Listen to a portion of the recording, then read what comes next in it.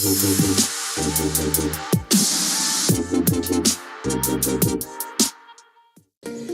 Ateneans! To ensure a smooth running webinar for both the speaker and the audience, please be reminded of these following house rules. Number 1. For the entire duration of the webinar, kindly turn off or mute your microphones to avoid interrupting the presenter. Number 2. Be on time. Once you have joined the Zoom session, please refrain from leaving and attend the entire duration of the webinar. Number 3. To raise your queries, you may type them in the chat box of the platform you are using. Kindly refrain from posting comments unrelated to the topic. Number 4. The moderator will be acknowledging your questions and directing them to our speakers during the open forum. Number 5. When participating in the open forum, be mindful of your background and your background noise. Number 6. We will be releasing the link of the evaluation form at the end of the webinar. Number 7. Please note that we will only be issuing e-certificates to those who have registered, confirmed attendance, and completely filled out the evaluation form. Number 8. Use your real name and follow the prescribed format for proper documentation, if any. Number 9. Unless you are permitted by the organizer, please do not record any part of the webinar. And number 10, please give us a week to prepare your e-certificate to be sent via email. Thank you and enjoy the webinar.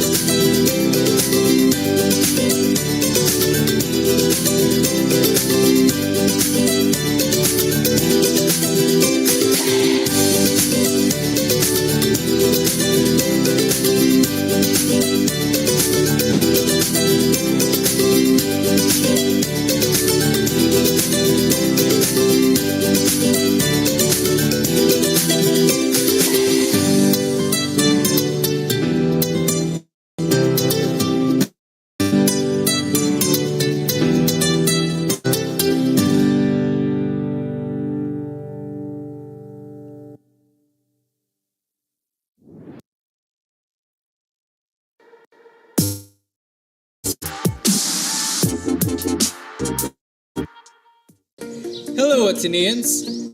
Smooth running webinar for both the speaker and the audience. Reminded of these following house rules. Number 1. For the entire duration of the webinar, kindly turn off or mute your microphones to avoid interrupting the presenter. Number 2. Be on time. Once you join the Zoom session, please refrain from leaving and attend the entire duration of the webinar. Number 3. To raise your queries, you may type them in the chat box of the platform you are using. Kindly refrain from posting comments unrelated to the topic. Number 4.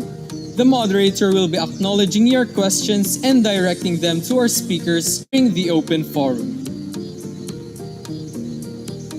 Number 5. When participating in the open forum, be mindful of your background and your background noise. Number 6. We will be releasing the link of the evaluation form at the end of the webinar. Number 7. Please note that we will only be issuing e-certificates to those who have registered, confirmed attendance, and completely filled out the evaluation form. Number 8. Use your real name and follow the prescribed format for proper documentation, if any. Number 9. Unless you are permitted by the organizer, please do not record any part of the webinar.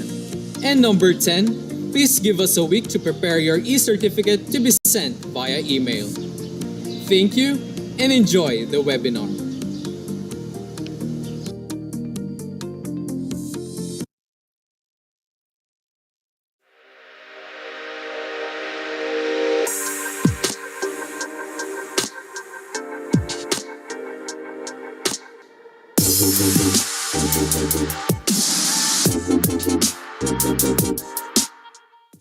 Hello there, Athenians! Welcome to your chosen alternative class program or ACP webinar or workshop this semester. Let me refresh your memory on what ACP is all about. The ACP is conducted every semester to provide the college students with formative opportunities outside of their regular classroom routine or daily schedule in support of the university's uniquely Jesuit educational goals.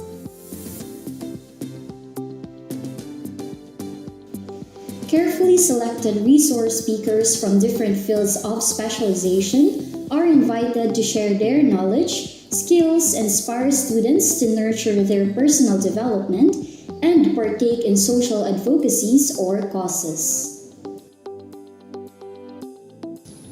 For the third online ACP during this pandemic, we continue with the theme, Cannonballs, Firing Up Dreams, Courage, Action.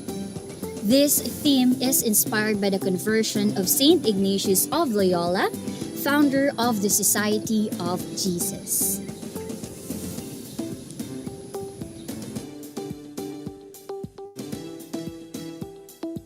Just as Saint Ignatius was hit by a cannonball which altered his life and drew him to a greater calling, this ACP hopes to light up the university's call for students to have dreams, discern on how these dreams contribute to one's personal improvement and the common good, muster courage, and find ways to accomplish these dreams. To do this, ACP offerings are carefully chosen to be relevant to the current times, formative, and mission-driven.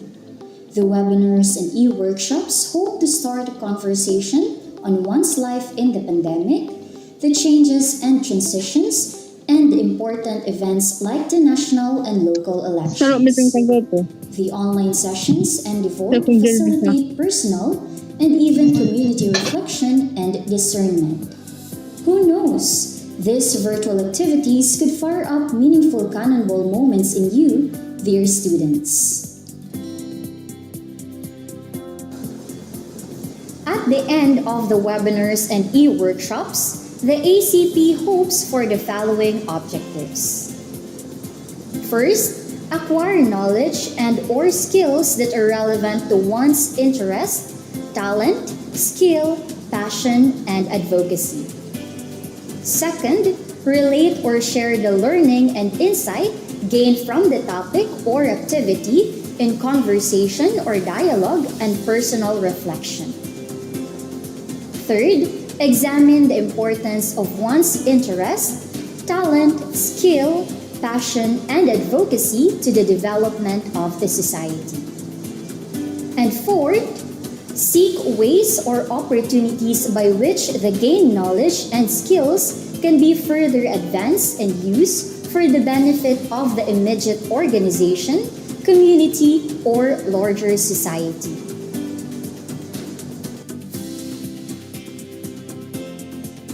Dream, have courage, take action. And don't forget to learn and have fun while we experience ACP Athenians.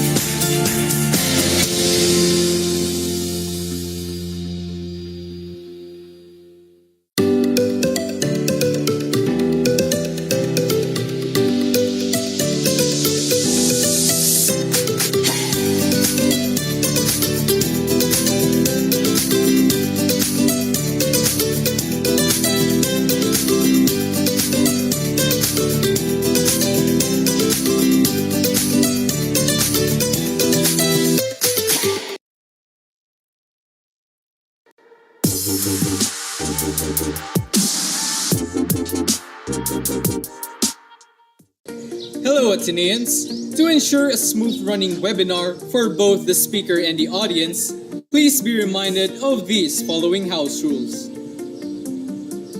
Number 1. For the entire duration of the webinar, kindly turn off or mute your microphones to avoid interrupting the presenter.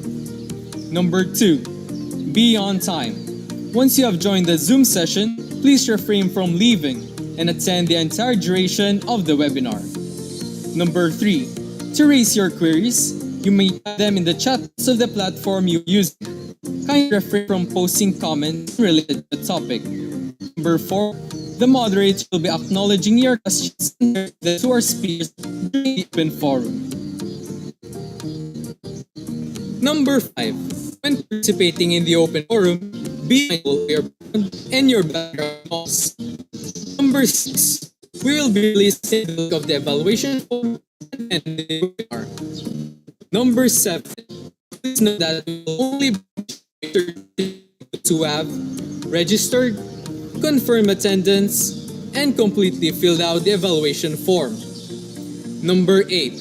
Use your real name and follow the prescribed format for proper documentation, if any. Number 9. Unless you are permitted by the organizer, please do not record any part of the webinar. And number 10, please give us a week to prepare your e-certificate to be sent via email. Thank you and enjoy the webinar.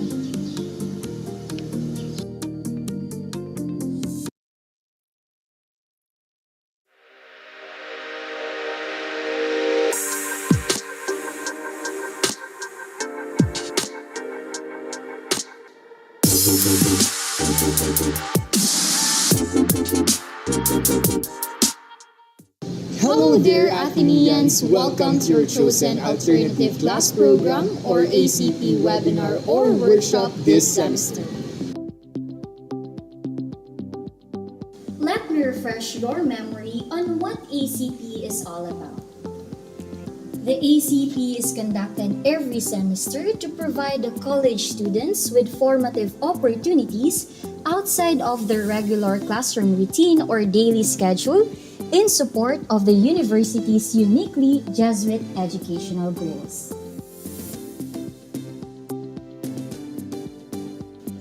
Carefully selected resource speakers from different fields of specialization are invited to share their knowledge, skills, inspire students to nurture their personal development, and partake in social advocacies or causes. For the third online ACP during this pandemic, we continue with the theme Cannonballs, Firing Up Dreams, Courage, Action. This theme is inspired by the conversion of Saint Ignatius of Loyola, founder of the Society of Jesus.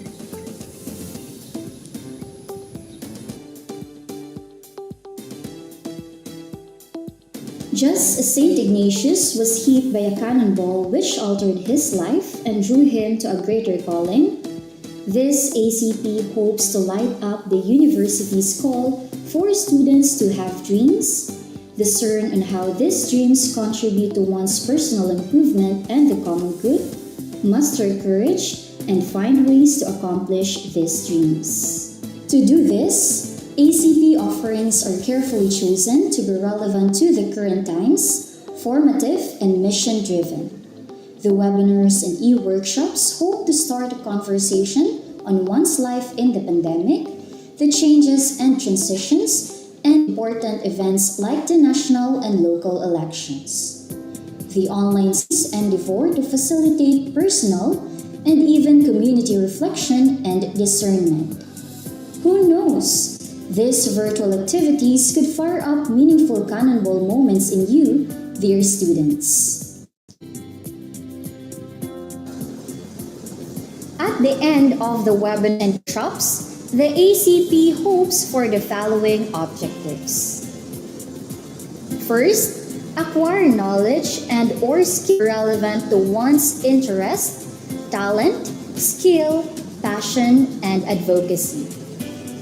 Second, relate or share the learning and insight gained from the topic or activity in conversation or dialogue and personal reflection. Third, examine the importance of one's interest, talent, skill, passion, and advocacy to the development of the society. And fourth, seek ways or opportunities by which the gained knowledge and skills can be further advanced and used for the benefit of the immediate organization, community, or large society.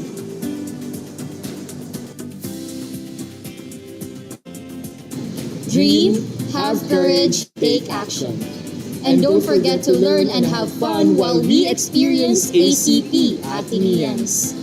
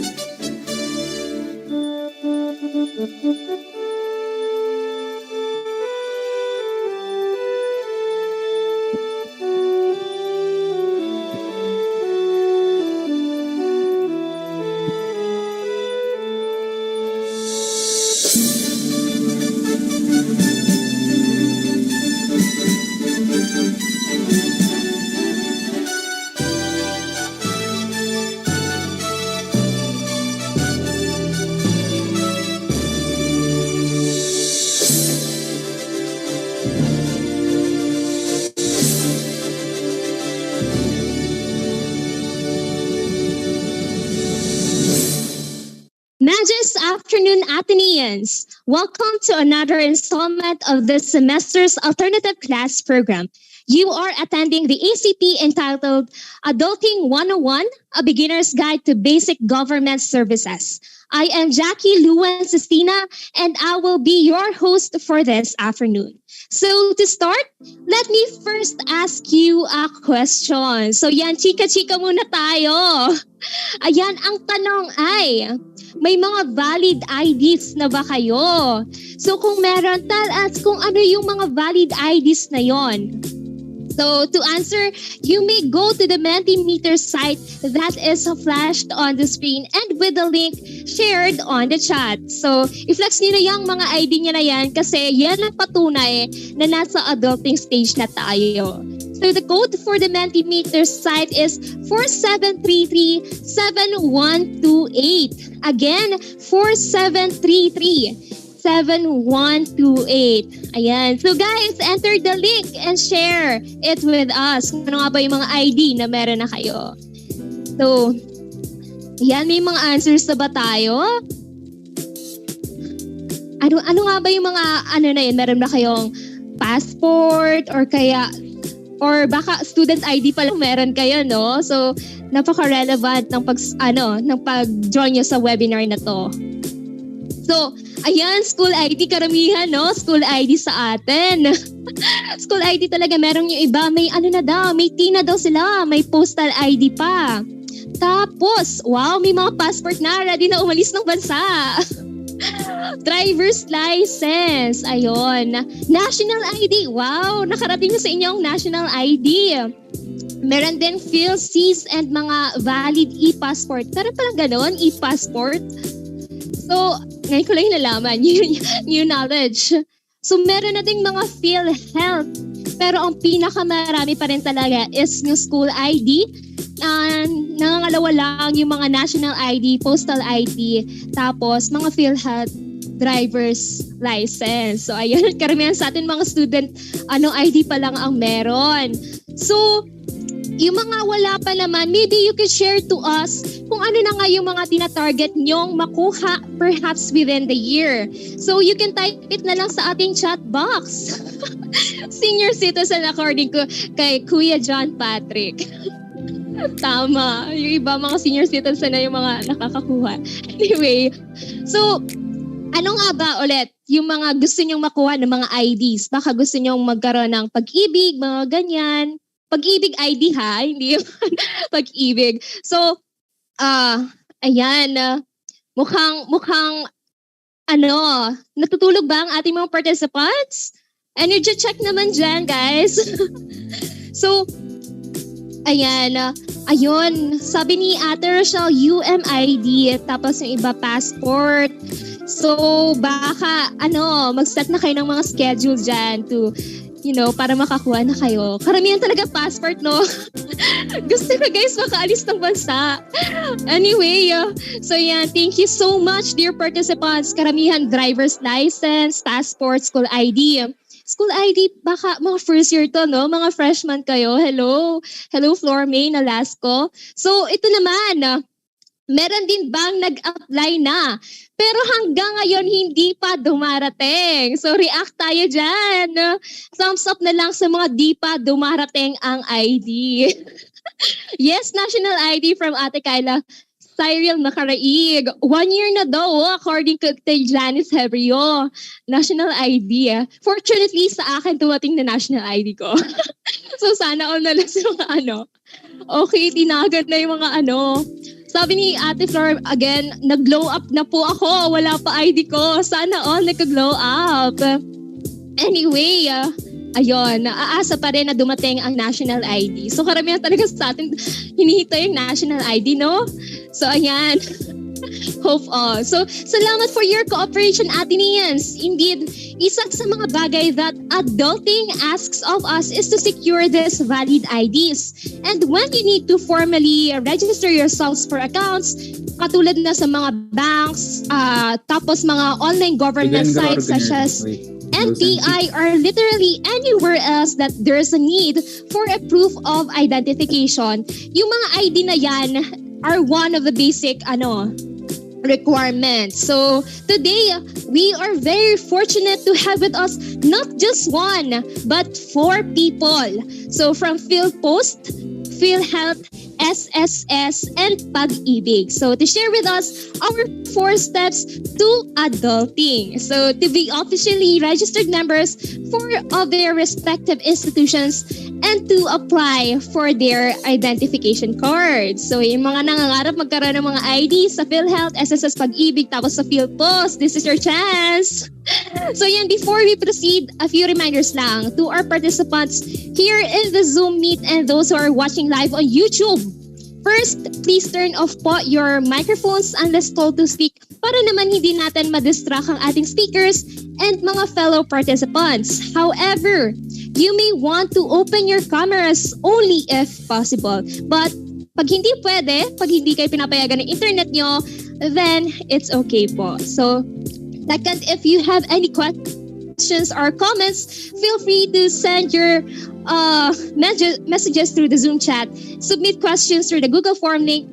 We'll be posting on the Zoom chat box or comment on our Anu Osa's YouTube live stream. So we encourage you all po, our dear participants, to take part sa ating open forum later. Ito naman, inaabangan ng lahat yung e-certificate natin. So yung mga e-certificate natin, we will be issuing them to you participants who have stayed throughout the program and have completed the evaluation form given at the end of this webinar. So we hope po that these guidelines are clear, and we hope you are all ready and excited as we are to start and gain essential insights from this ACT topic. So now, may I invite everyone to settle down and feel the presence of the Lord for the opening prayer. So in the name of the Father, and of the Son, and of the Holy Spirit, Amen.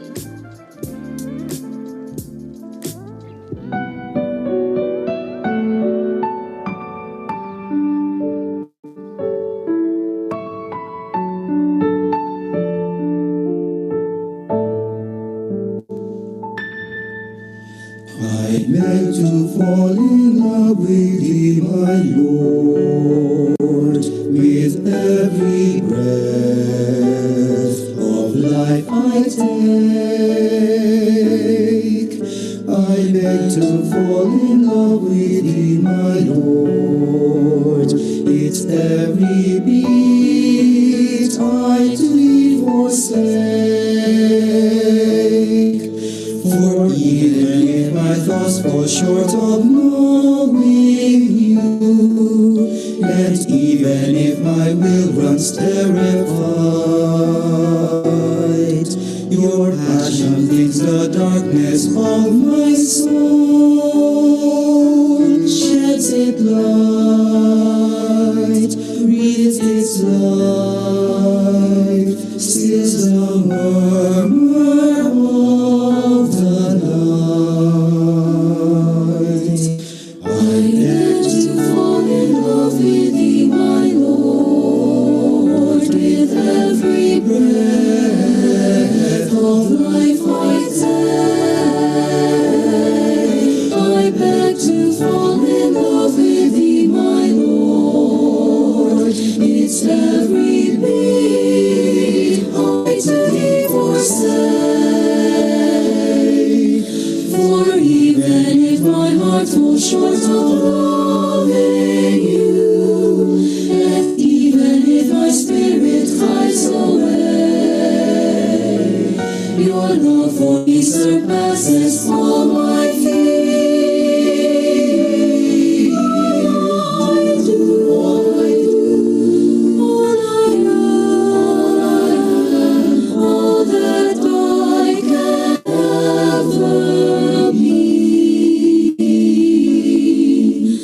I beg to fall in love with Thee, my Lord, with every breath of life I take. I beg to fall in love with Thee, my Lord, its every beat I to Thee forsake.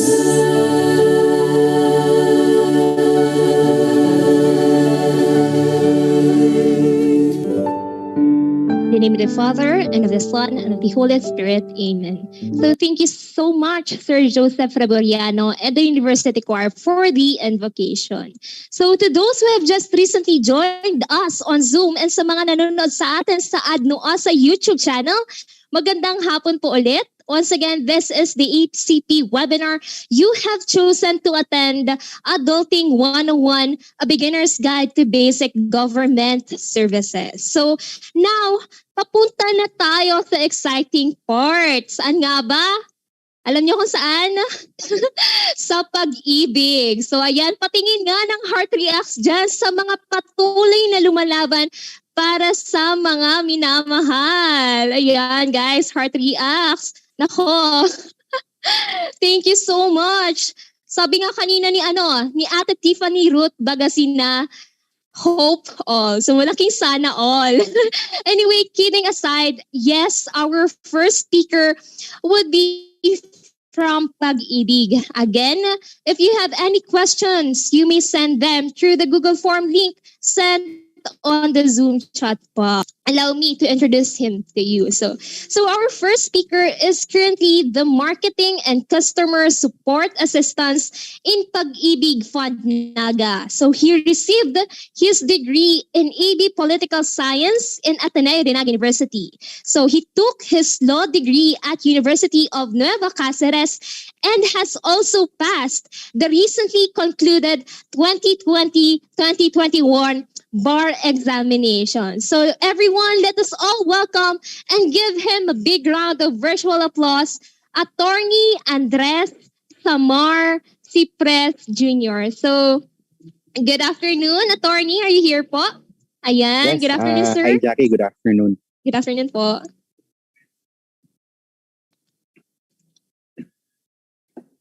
Okay po, can we offer you an assistance, sir?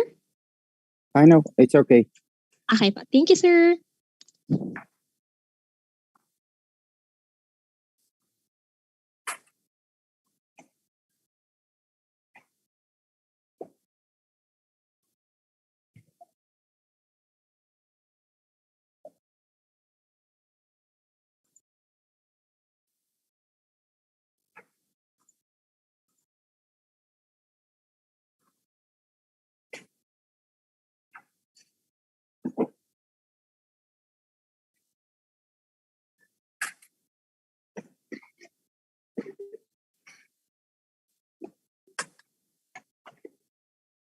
Okay, so good afternoon, everyone. Good afternoon, Atenean. So thank you so much for inviting me here, and also for joining Adulting 101. It is very important, like right now, that we get to know all these social services that our government is providing our people or our community. So Pag-ibig Fund is a social legislation created to give equal opportunities and benefits to our community. So it's the same with PhilHealth, SSS, GSIS. Okay, so it is created to give benefit and social services. So Pag-ibig Fund is not your simple banat. So Pag-ibig Fund means pagtutulungan sa kinabukasan, ikaw, bangko, industriya at gobyerno. Okay, so Pag-ibig Fund was created to answer problems and difficulties as regards our community, making it mandatory, or the government making it mandatory for us in the working industry to have our mandatory savings. Another is so that we can also have the opportunity to own our own house. So there are two mandates of Pag-ibig Fund. One is the Provident or the Savings Program. Number two is the Housing Loans Program. Okay, so what are the benefits in program? It is very much easy. It is not very complicated. Napakadali lang alalahanin at intindihin ng mga ng programa ng Pag-ibig Fund. Number one is Pag-ibig Regular Savings. So pag nabasa mo pa lang yung savings, naintindihan mo na agad pag-iipon. Another is Pag-ibig Housing Loan, pabahay. Pag-ibig Short-Term Loans, pagbibigay ng pautang. Okay, we also have our Pag-ibig Loyalty Card Plus. Okay, and our Mp2 Savings Program, and then the virtual Pag-ibig. So, yeah. So with your Pag-ibig Regular Savings, you can, it is a mandatory program, but it can also be a voluntary saving. So if you are not yet working, you can save voluntarily. So you students can already start saving because like right now, what we do is to spend our money or spend our allowances in ordering online. So why not make or take a portion of our allowances and contribute it or save it to Pag-ibig Fund? Because Pag-ibig Fund, aside from the savings that you deposit with Pag-ibig Fund, it will earn a dividend yearly. So hindi siya yung tipo na naghulog ka ng 3 pesos sa piggy bank mo, 3 pesos pa din siya after mong basagin yung piggy bank. Whereas with Pag-ibig Fund, if you save with Pag-ibig Fund, the amount that you deposited or save with Pag-ibig Fund will earn as much as 5% per annum. Okay, so lumalaki yung ating iniipon. Another is this is tax-free. So unlike with the bank wherein there is this withholding income tax for every interest earned of your deposit, with Pag-ibig Fund, whatever amount that you contributed or saved with Pag-ibig Fund will be tax-free. So buong-buo mong makukuha yung dividends earned. So if you compare it with other banks, banks with can only provide you, I think, 0.125%, which is very minimal, as compared with Pag-ibig Fund, which has a dividend rate of 5.50. So medyo mas mataas at mas malaki yung diferensya niya. Okay. We also have this Mp2 Savings Program. So you can already encourage your moms, your parents to create an Mp2 Savings Program for you para siyang advanced na inheritance. Okay, so pwede nyo nang encourage yung parents nyo na, ma, pwede naman nyo akong i-create ng Mp2 Savings Program para makapag start na kayo ng pag-iipon nyo. With Mp2, it has a higher dividends as compared with your regular savings. And it can already, or the maturity is at 5 years. So after 5 years, pwede mo nang ma-withdraw yung Mp2 Savings Program mo. Okay, let me just give you an example on how your money will grow. Okay, so if you contributed 500 monthly in a year, you will be able to accumulate 6,000 as a per year savings. Now, that 6,000 will earn a dividends. So for example, for on your first year, the dividends is 6.92%. So yung 6,000 mo, i-multiply mo siya sa 6.92%, and that amount will be the dividends earned for your savings. Now, there are two options. Okay? There is an annual dividend payout and the compounding interest. Now, if you choose annual dividend payout, the dividend payout, or I mean the interest earned for a particular year or a fiscal year, you can already withdraw the amount of the dividends earned. So if you can see on the chart, the 224 as annual dividends, you can already withdraw that amount. And then on your next year, 640. So nakukuha nyo na yung dividends earned yearly.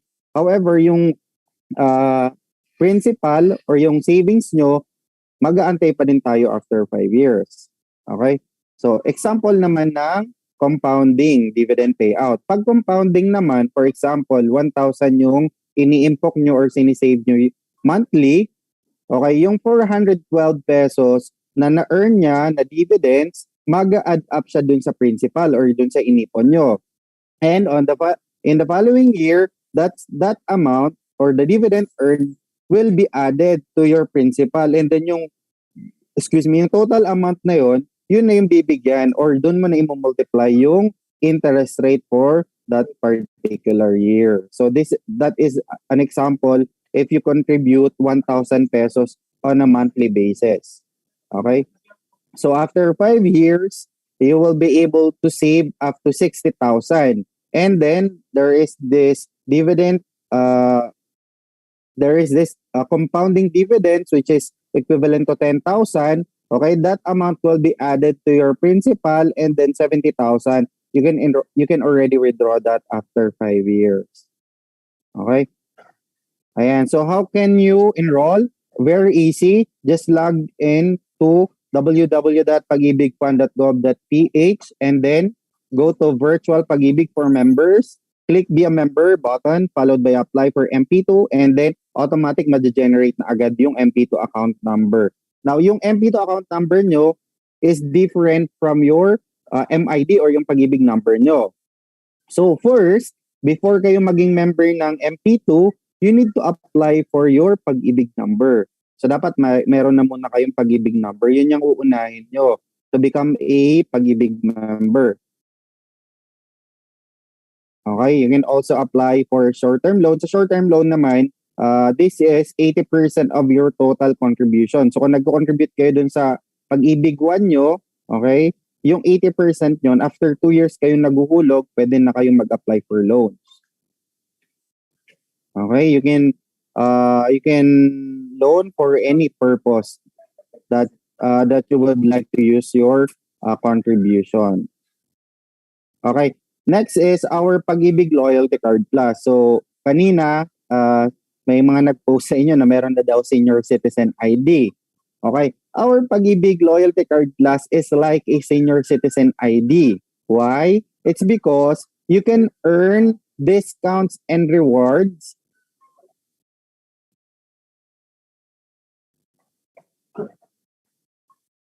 Okay, you can earn discounts and rewards. Okay, and also this is a sort of a debit card. So if you apply for a Pag-ibig Loyalty Card Plus, you are also applying for a bank account, which is our partner bank is AUB. So pag nag-apply kayo ng Loyalty Card Plus, para na din kayo nag-create ng AUB account.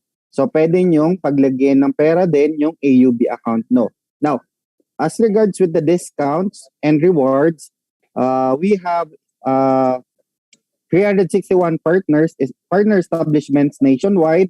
But here in Bicol, we have Biggs, Villa Caceres Hotel as our local partners. And in Legaspi, we have BJC.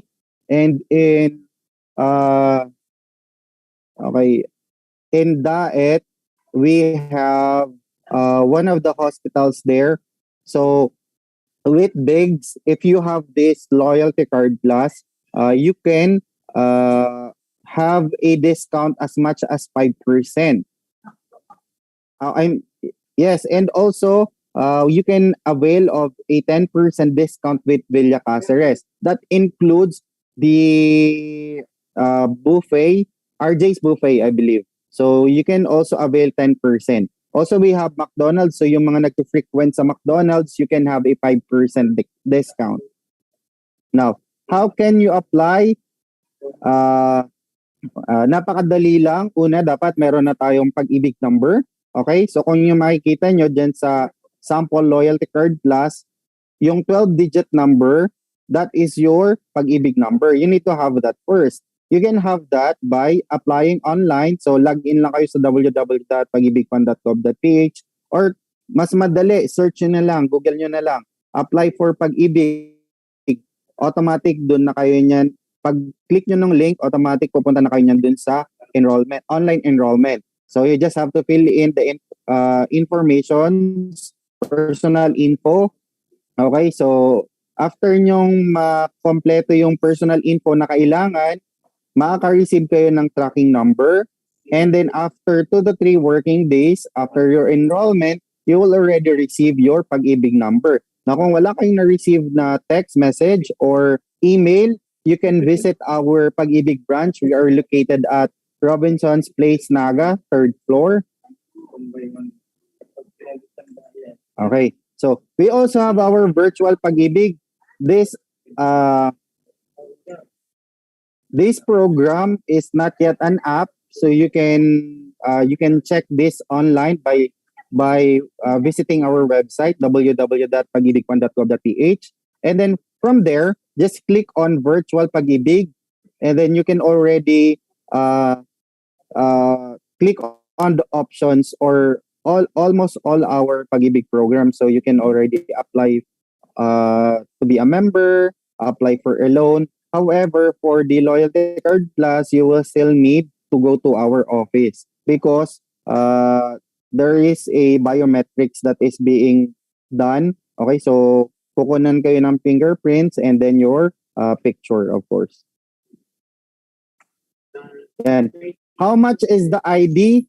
How much is the Loyalty Card Plus? It is only 125 pesos. So ang gagawin nyo lang, una, enroll muna kayo. Okay, register kayo to become a Pag-ibig member and then get your MID or your Pag-ibig number.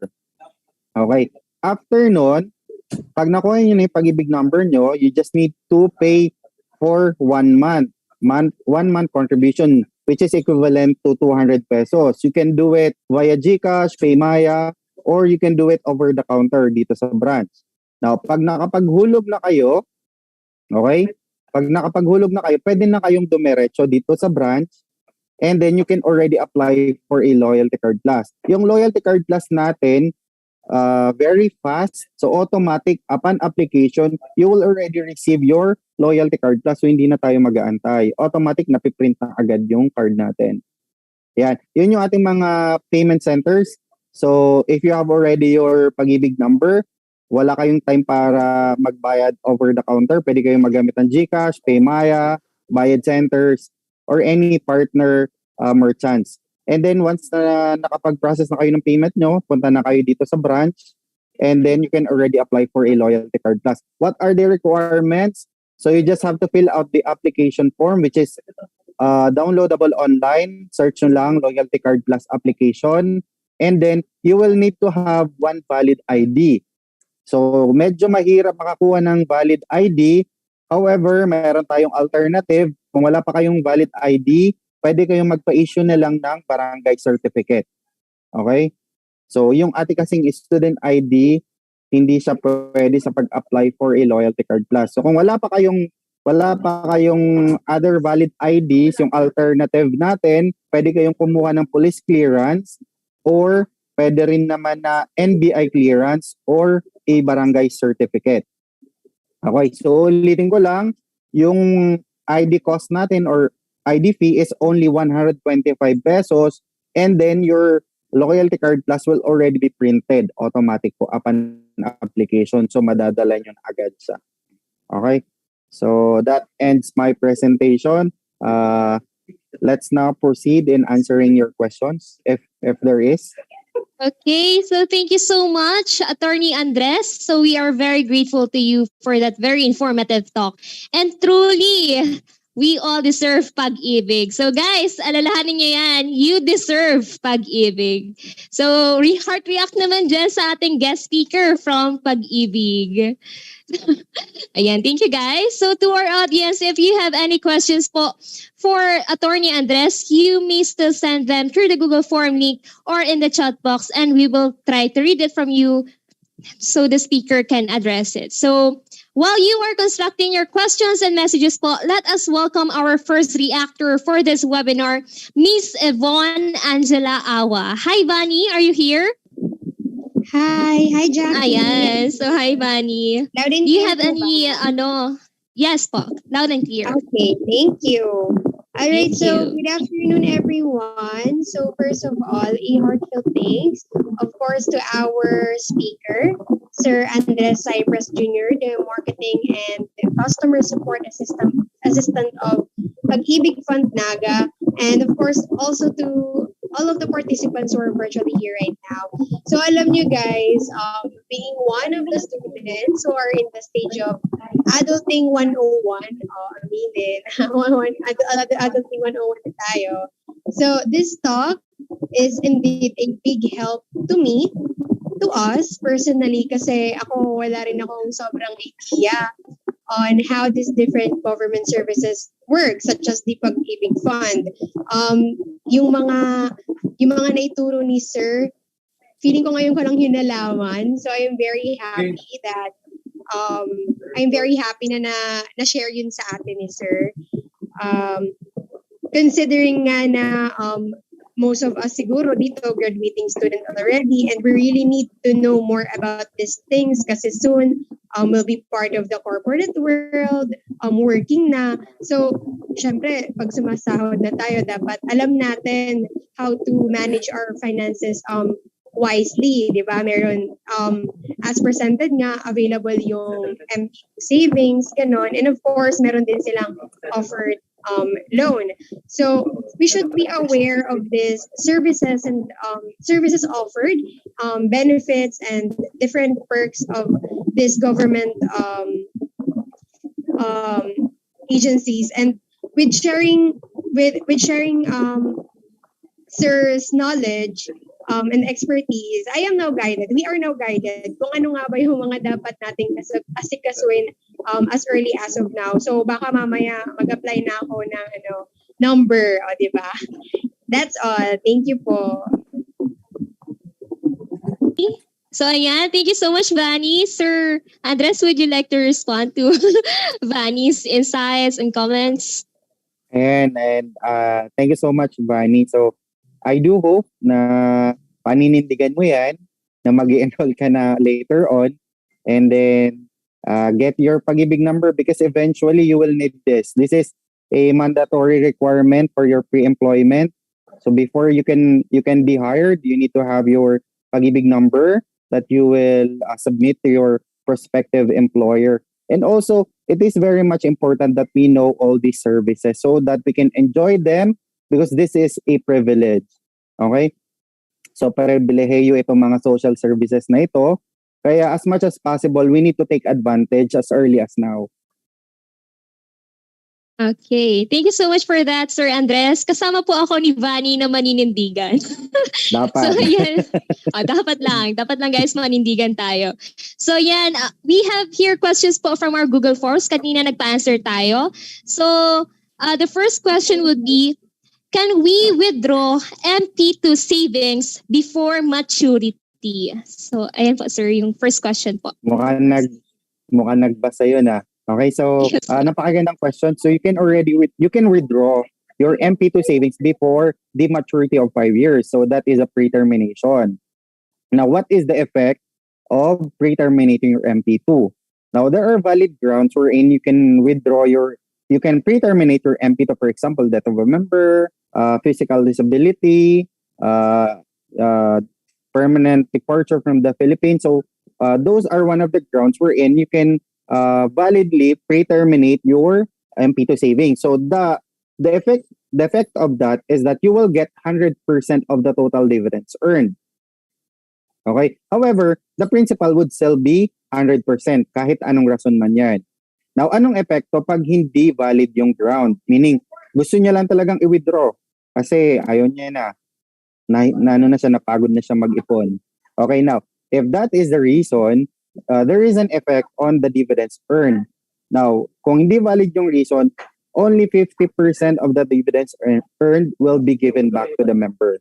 So 50% na lang ng total dividends earned. However, yun nga, ulitin ko, yung principal o yung inipon mo, 100% po yun na ibibigay sa inyo. Okay, so napakagandang programa para ating simulan.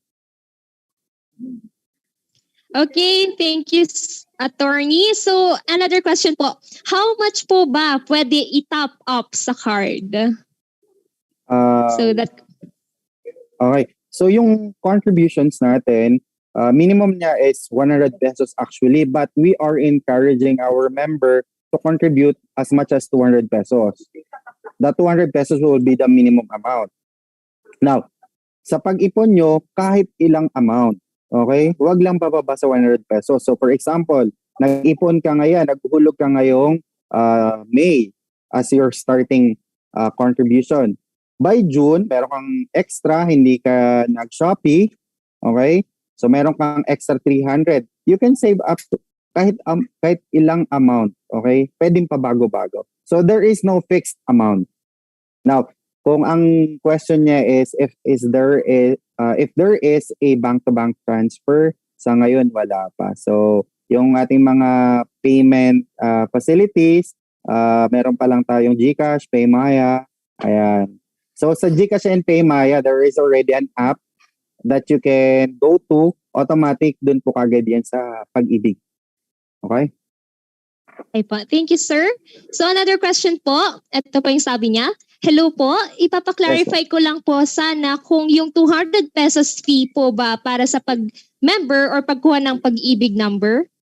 Thank you. So, It's not a fee. Okay? So that is your monthly savings. Okay? However, you only become a member once you start your monthly savings. So, pagkuha mo ng Pag-ibig number mo, not necessary member ka na. Okay? You are only registered. Pag nagsimula ka na ng inyong hulog, halimbawa, nag-start ka na magulang 200, that is only when you become a Pag-ibig member. However, that is not a membership fee. Okay? So, whatever amount that you contributed, that is yours. That is your savings. Now, pag meron ka ng naihulog na 1 month savings, okay, you can already apply for your loyalty card plus. okay. Thank you so much, sir. So, meron po tayong na-receive dito from our chat from Dale Cortez. So, anong reasons po ba ang valid for the withdrawal of the total amount? Okay. One is if the member died, okay, death of a member, permanent total physical disability, okay, critical illness of any of his relative within the second degree of consanguinity. So that's one of the grounds. Another is the permanent departure from the Philippines. So kung yung ating member ay naging ng resident of a foreign country or a citizen of a foreign country, they can already withdraw their savings. Another is insanity. Okay? So kung si member ay already insane, please naman wag si member ang pumunta sa branch para mag-withdraw. Okay?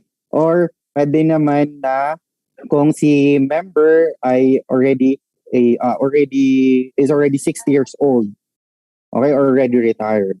So that is when they can already withdraw their contributions. Okay, so thank you so much, attorney. So ito naman po, is there a chance na pwede malugi ang Pag-ibig na maapektuhan or madadamay ang savings mo? So ayan, kung malulugi daw po ba? Okay, so kanina na-flash ko sa screen that your Pag-ibig savings is government guaranteed. Okay, so malugi man si Pag-ibig fund, which I think will not happen.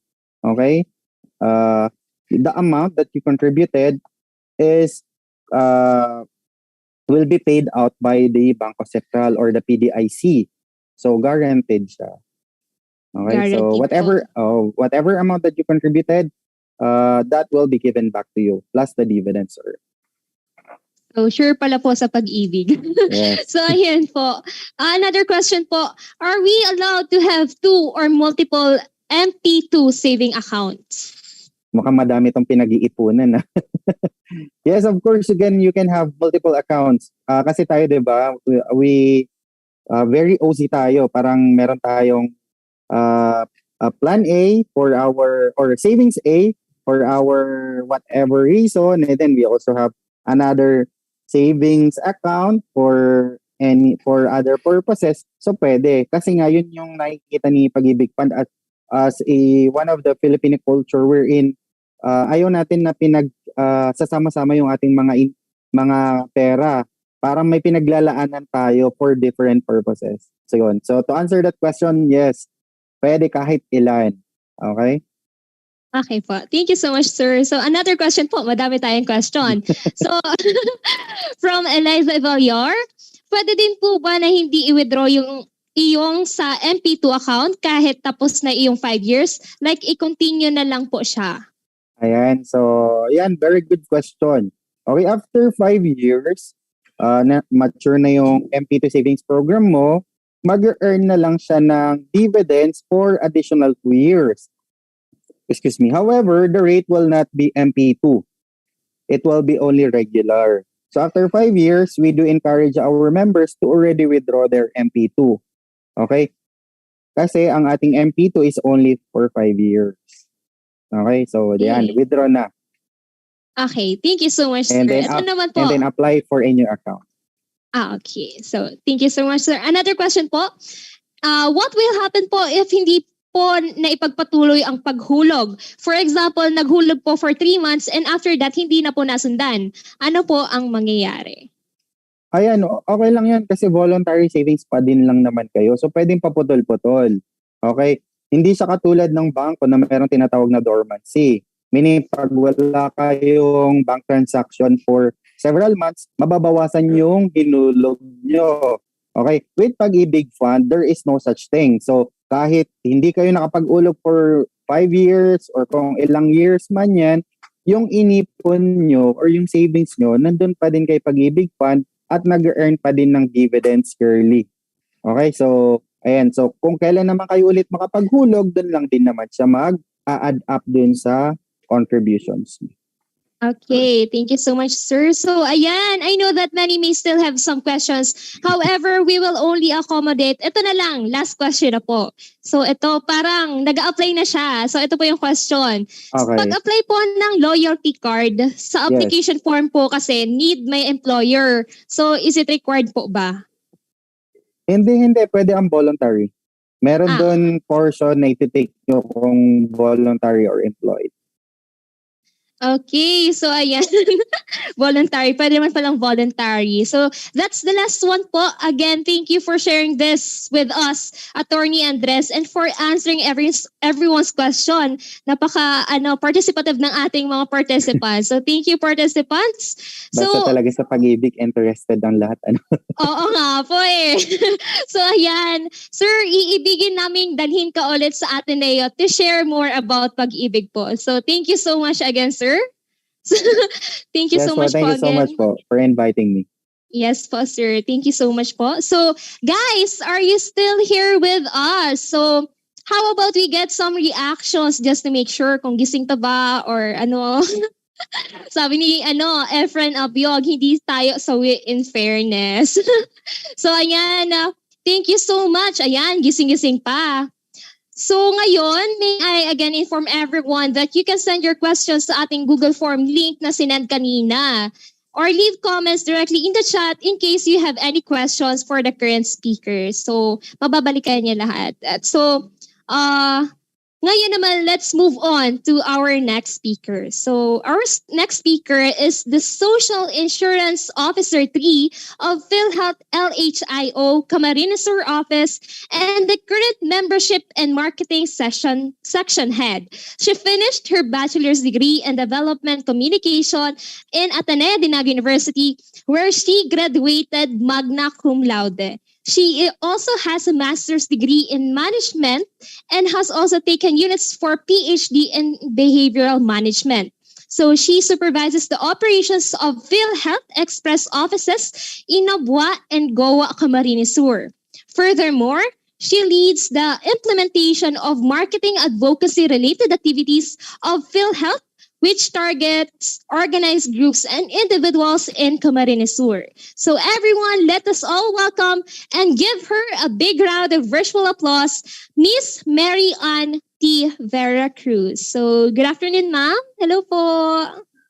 Hello, good afternoon also to you and to the organizers of this activity. Thank you very much for inviting me to this very interesting and timely topic. And to the students who are watching right now, good afternoon to everyone. What I will be discussing with you is about the membership requirements of PhilHealth.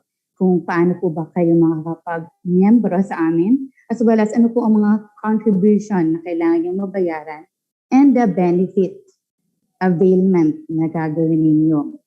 Of course, kayo po ay mga estudyante, at alam niyo naman na may inisyu po tayong CHED, DOH circular, na lahat ng mga estudyante that will undergo face-to-face classes need to have their PhilHealth membership. So let me share my screen. Okay. So our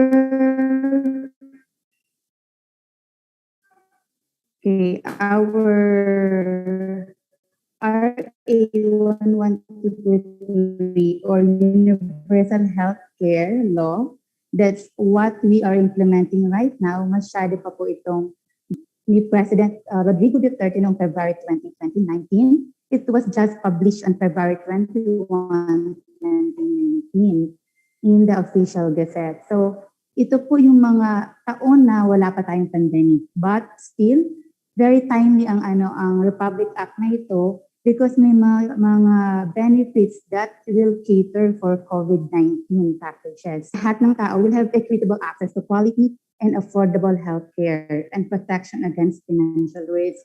As responsible adults, dapat masigurado ninyo that you have access to the healthcare services ng ating bansa. And also to ensure na mapoprotektuhan kayo against financial risk. Kasi alam po natin na kung kayo ay nagkasakit, medyo meron yung mga gagastusin. And the PhilHealth is here para po makatulong in ensuring na mapoproteksyonan kayo against mga financial difficulties pag kayo po ay na-confine o na-admit in hospitals. Ang ating population coverage ay every Filipino shall automatically be included to the National Health Insurance Program. Ibig sabihin po ay lahat ng tao ay dapat included in the PhilHealth membership program namin. Lahat po yan, 100% of the Filipino. That's why we have two program membership, the direct contributors and the indirect contributors. For the direct contributors, ito po yung mga miyembro na merong kakayahan maghulog. They have the financial access to pay their premium contributions. While for the indirect contributors, they are those people who do not have the means to have the money to pay the premium contribution. That's why the government shoulders their premium contribution. Mamaya po isa-isahin ko po kung po mga halimbawa ng mga indirect contributors. But now, we will discuss first the direct contributors. Ito po yung mga empleyado with formal employment. And then we also have the kasambahays. Under the Republic Act number 10361, kailangan po lahat ng kasambahays or house helper ay meron rin pong PhilHealth because they are also receiving compensation or monthly income. Sila po ay dapat under the direct contributors. Every month, kailangan binabawasan sila ng PhilHealth contribution.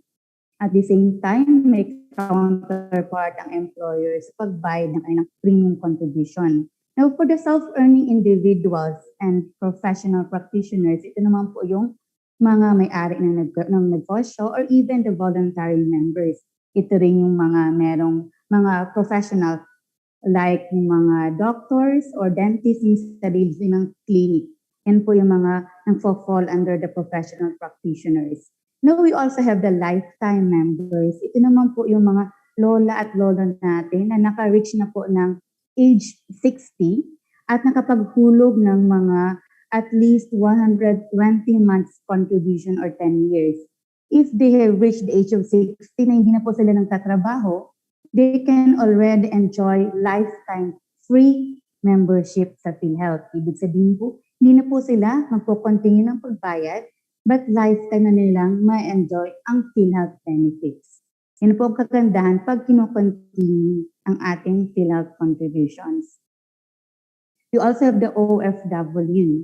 Ito po yung mga ating mga kababayan na nasa abroad. Also those who reach the age of 21 years and above who already have the capacity to pay.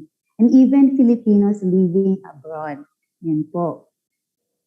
Now, how much ang contribution? Magkano po ba ang babayaran natin if we fall under the direct contributors program? Ito po ay, dahil tayo ay nasa taong 2022, ang premium rate na kailangan sundin ay 4%. So, paano po ang pag-compute ng 4% na yan? For example, ang inyong income, halimbawa po kayo yung katrabaho na, ang income nyo ay 10,000. So, yun po ang income floor. So, 10,000 times 4%, that's 400 per month na babayaran. Now, kung tumaas na po siya, naging siyang halimbawa, 10,500 na, Ganun din po ang computation times 4%. So yan po ay mga 420 pesos. And so on, ang ating income ceiling ay 80,000. So yun po ang pag-compute ng inyong premium contribution kada buwan. Ganun din po kung kayo ay self-employed member, tapos halimbawa ang inyong earnings, halimbawa kayo po ay self-earning individual, halimbawa 8,000 ang inyong income, ang ating i-compute po ay yung income floor, that's still 10,000 times 4%, at siya po ay 400. Kung kayo ay empleyado, yung 200 or the 50% of the 400 ay babawa sa inyong sahod, and the other 200 ay galing po sa inyong company or employer. Ganun po ang pagkakaiba ng employed and self-earning individual. Because pag employed, meron pong kahati kayo sa pagbayad ng inyong premium contribution. Now, for the indirect contributors, ito naman yung mga nabanggit ko nga, mga taong wala pong kakayahan magdulog ng premium contribution. Ito ay yung mga indigents identified by the DSWD. Ito rin yung mga 4-piece members or the Pantawid Pamilyang Filipino Program or the Modified Conditional Cash Transfer. Ito pong mga listahan na ito. Ito yung mga resulta ng pagsusurvey ng mga DSWD volunteers. Nagbahay-bahay sila sa pagkakaalam ko niyan. Tinanong kung magkano ang income ng family, kung sa kanila ba ang bahay o nagre-renta lang or concrete ba yung pagkagawa ng bahay o hindi. And then nasa listahan po yan, pag nag-fall sila under the poverty threshold, sila po ini-include under the listahanan program. At ito pong listang ito ay binigyan kami ng copy. That's why sila po ay included under the indirect contributors. Nakasaad din po sa ating batas na pati ang sangguniang kabataan. Ayon sa universal healthcare, pati po sila ay dapat under the indirect contributors ay yung mga taong ang gobyerno ng babayad ng premium. Pero sa ngayon po, dahil nga nabanggit ko na ito pong batas na ito ay nagsimula pa lang noong 2019, hinahanapan pa po ng pondo para makabilang na rin ang ating mga sangguniang kabataan.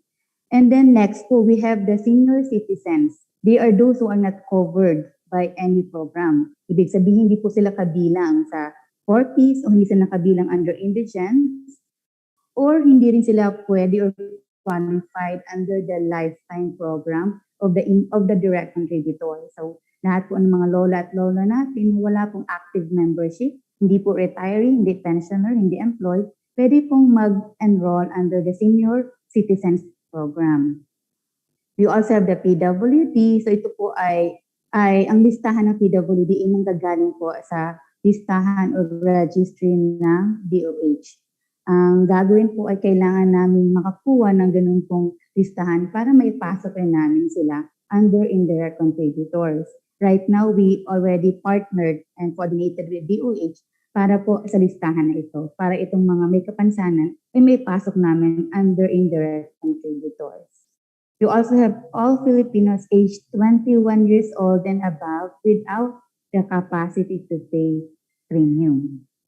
So ito po yun. So ano po ang guidelines naman kung kayo ay isang estudyante? Kayo po ay hindi naman nagtatrabaho pa at talong hindi naman kayo pa self-earning individual. So ano po ang kailangan gawin? Yun nga, nabanggit ko kanina na it's already a requirement for students to have their PhilHealth membership dahil ito po yung nasa CHEDOH Joint Memorandum. In order for you to attend a face-to-face classes, kailangan kayo ay registered or may PhilHealth number sa amin. So ito po ang mga guidelines para doon. And po, under circular number 2021-001. Students who prefer and allowed to attend limited face-to-face classes are required to be registered to PhilHealth or equivalent medical insurance related to COVID-19. So with that po, ito ang ating mga guidelines. Kung ang estudyante, kung kayo po ay 20 years old and below, definitely hindi pa po kayo pwede maging member. You are still a dependent of your parent. So as qualified dependent of the parent, the student shall submit. Magsa-submit po kayo, pwede pong i-submit yan sa liaison officer ng school para i-forward po sa amin or kayo mismo ay pumunta po dito. Pero ang form, the PhilHealth member registration form ay kailangan ang mag-fill out ay ang magulang. And at the same time, dapat may attached pong birth certificate or marriage contract of the parents. So, magde-decide po yung magulang kung yung wife or yung husband ang mag-enroll under PhilHealth. Then, birth certificate of the student para ma-declare kayong dependent nila, and any valid ID of the parent and the school ID of the student. Take note po, ito po for the students aged 20 years old and below. Now, for students 21 years old and above, since po sa inyo dito ang 21 years old na, you can already enroll under the program po ng PhilHealth.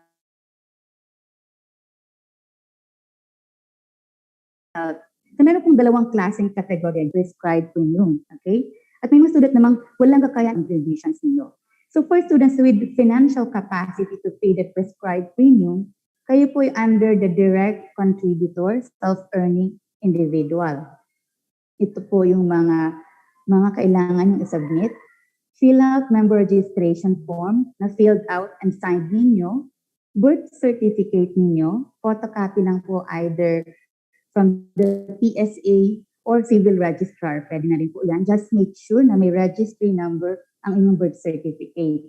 And also the school ID and or kung di available, current school year registration form. So ito po ang mga requirements ninyo dyan. Now for students without the financial capacity to pay the prescribed premium. Ito yung walang kakayahan ang magulang na magbayad po ng premium ninyo or wala rin po kayong sapat na pera para makapagbayad ng premium contribution, ang kailangan po ay una-una yung of course the PhilHealth member registration form or yung PMRF, the birth certificate, the school ID and or current school year registration form, and ito pong isa certificate of financial assessment issued by the LGU or the city or the municipal social worker officer as proof of your indigency. So ito po yung nanggagaling dapat sa DSWD. Kasi ito po ang magbibigay ng evidence na kayo talaga ay under or inyong pamilya ay under the financially incapable to pay the premium contribution. Now ito po ang indirect contributor, ito po ang magiging category niyo. Indirect contributor, financially incapable. PhilHealth shall authorize the DSWD or social welfare officers of the LGUs to determine those who are financially incapable to pay premiums. So sila po ang aming partner para ma-identify kung kayo po ba talaga ay financially capable or financially incapable to pay the premium. But take note po, ang assessment nito, ang financial assessment ay yung household income. Hindi po ibig sabihin na dahil hindi nyo kayang maghulog, kayo ay magfo-fall automatically under indirect contributor. Titingnan po ang monthly income ng inyong mga magulang to determine kung talagang walang capability to pay the premium contribution.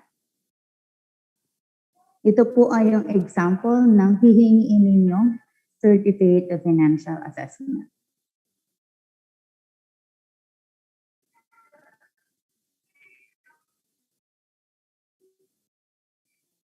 Now, this is the PhilHealth member registration form. Okay, let us review. Dapat nakalagay ang inyong pangalan, ang pangalan ng inyong ina, okay, mother's maiden name, and yung pong sa asawa kung kayo po ay may asawa na, the date of birth, the place of birth, the address, and so on. Importante po, you have to ensure that you have put on your mobile number. Kasi in case may mga problem, we can contact as soon as possible. We also have sa baba po ng page 1, kasi back-to-back po ang ating PhilHealth member registration form, andito po yung member type. You have to identify kung saan pong category kayo magre-register. Is it under the self-earning individual? Nabanggit ko, ito po yung mga students who have the financial capacity to pay the premium, or kung meron po kayong a certificate of financial assessment na dala-dala, yun po yung mga under indirect contributor, bahala na pong PhilHealth na i-check na kayo ay under financially incapable. Ano pong implication if you are financially incapable na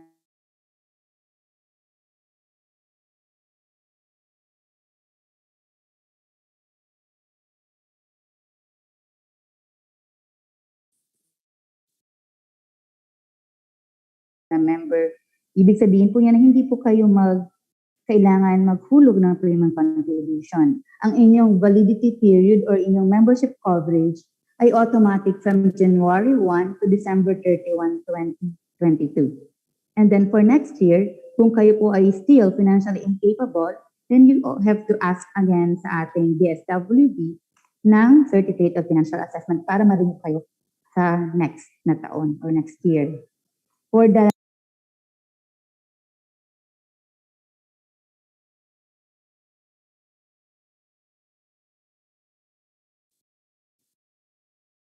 Ayan. So unfortunately, we are experiencing some technical problem ngayon sa ating speaker. So guys, kamusta naman kayo? Energy check muna tayo. Mataas pa ba ang energy natin dyan? Ngayon, tawag dito. Okay, nandito na ulit si ma'am. Hello po, ma'am. Okay, sorry Ayan. po. Nasa office kasi ako, medyo unstable ating connection.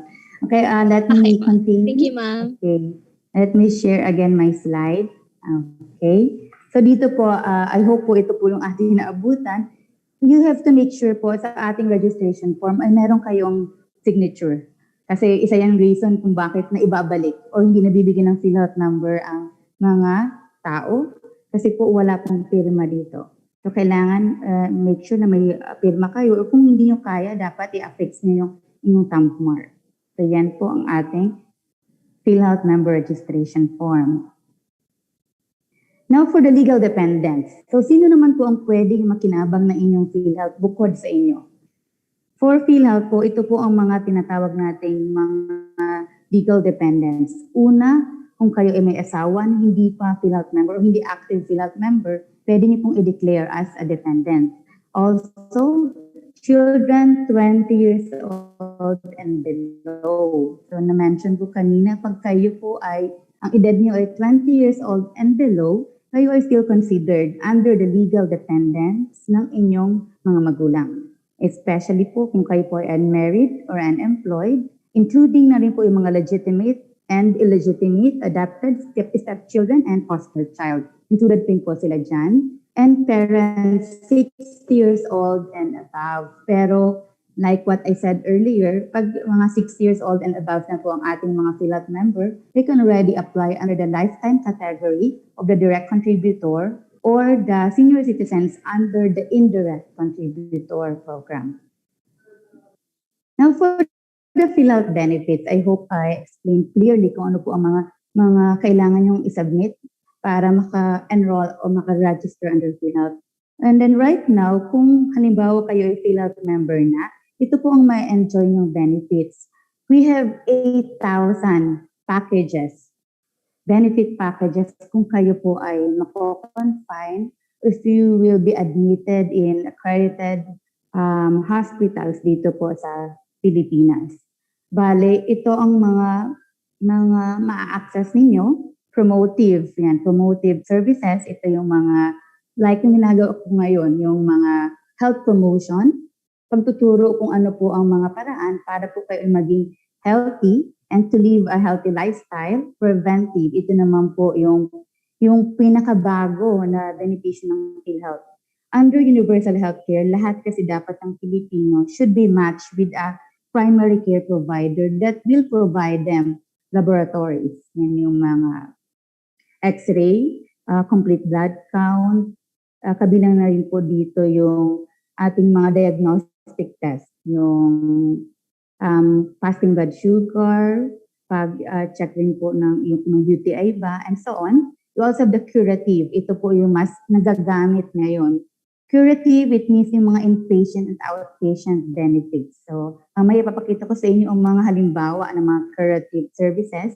You also have the rehabilitative. Ito yung halimbawa kayo ay napilayan. So you can avail of the orthopedic care and also the palliative care. Ito naman yung mga end of life mga health care services. Ito yung mga halimbawa na stage 4 na ang cancer at ang kailangan na lang na lunas ay para humaba pa o to live somewhat a quality life kahit po di na kayang maipagamot talaga yung sakit mismo. But what palliative care is about is that it caters to the symptoms na lang ng mga sakit na yan. So halimbawa po, ito yung mga example. Ito yung madalas na kiniklaim or ina-avail ng ating mga PhilHealth members. Like yung pong dengue, severe dengue, that's 16,000. So ibig sabihin po kung kayo na-confine, say halimbawa po sa Mother Seton Hospital at ang inyong hospital bill ay umabot ng 20,000, yung 16,000 dyan ay ibabawas na kasi ito po yung PhilHealth benefit ninyo. So yung remaining na lang, yun po yung out of the pocket na babayaran ninyo. We also have the hypertension, asthma, AGE or the acute gastroenteritis, pneumonia, moderate and pneumonia high risk, that's 32,000. We also have procedural case rates, yung maternity care package kung mga anak, normal spontaneous delivery rin po, newborn care package, that's 2,950, cesarean section, 19,000, hysterectomy, colonoscopy, chemotherapy, brachytherapy, and hemodialysis. Ito po yung mga example namin. And like I said po, mga 8,000 po ito lahat under the income. I mean to po yung mga international classification of diseases na included po niyan. Ito naman yung mga example na mga benefits under COVID-19. We have the testing. So, testing package, the home isolation package, the community isolation package. We have the inpatient care. Ito po kung kayo po ay nagka-pneumonia due to COVID. We have the mild pneumonia, moderate, severe, critical. Ang pinakamaligit po itong critical. Ito po ay mga maximum of 786,384 ang pwedeng ma-avail dito. Then the vaccine injury compensation package, that's 200,000. Ito naman kung kayo po ay nag-vaccine, kung anong pong ginawa sa inyong vaccine, like yung pong mga ni-inject sa atin para nga ma-prevent natin itong COVID-19, or hindi po tayo umabot sa critical stage. Kung may nangyari po, may injury na nangyari or namatay due to the vaccine, we will give a compensation package of 100,000 for the family, or kung disabled po ang member, ibigay rin po yan sa member. So ito po yung mga halimbawa ng ating mga case rates packages ng PhilHealth. So marami pa po siya. You can visit our website para malaman niyo po yung 8,000 na mga case rates na pwede yung ma-avail in case po kayo ay PhilHealth member. Now, kung gusto niyo pong malaman naman kung ano po ang nasa record ninyo, member data record, kung bagkano na ang nahulugan ninyo, at kung sino po ang mga dependents ninyo, you can make use po nitong ating PhilHealth member portal. Pwede niyo po itong makita sa www.philhealth.gov.ph.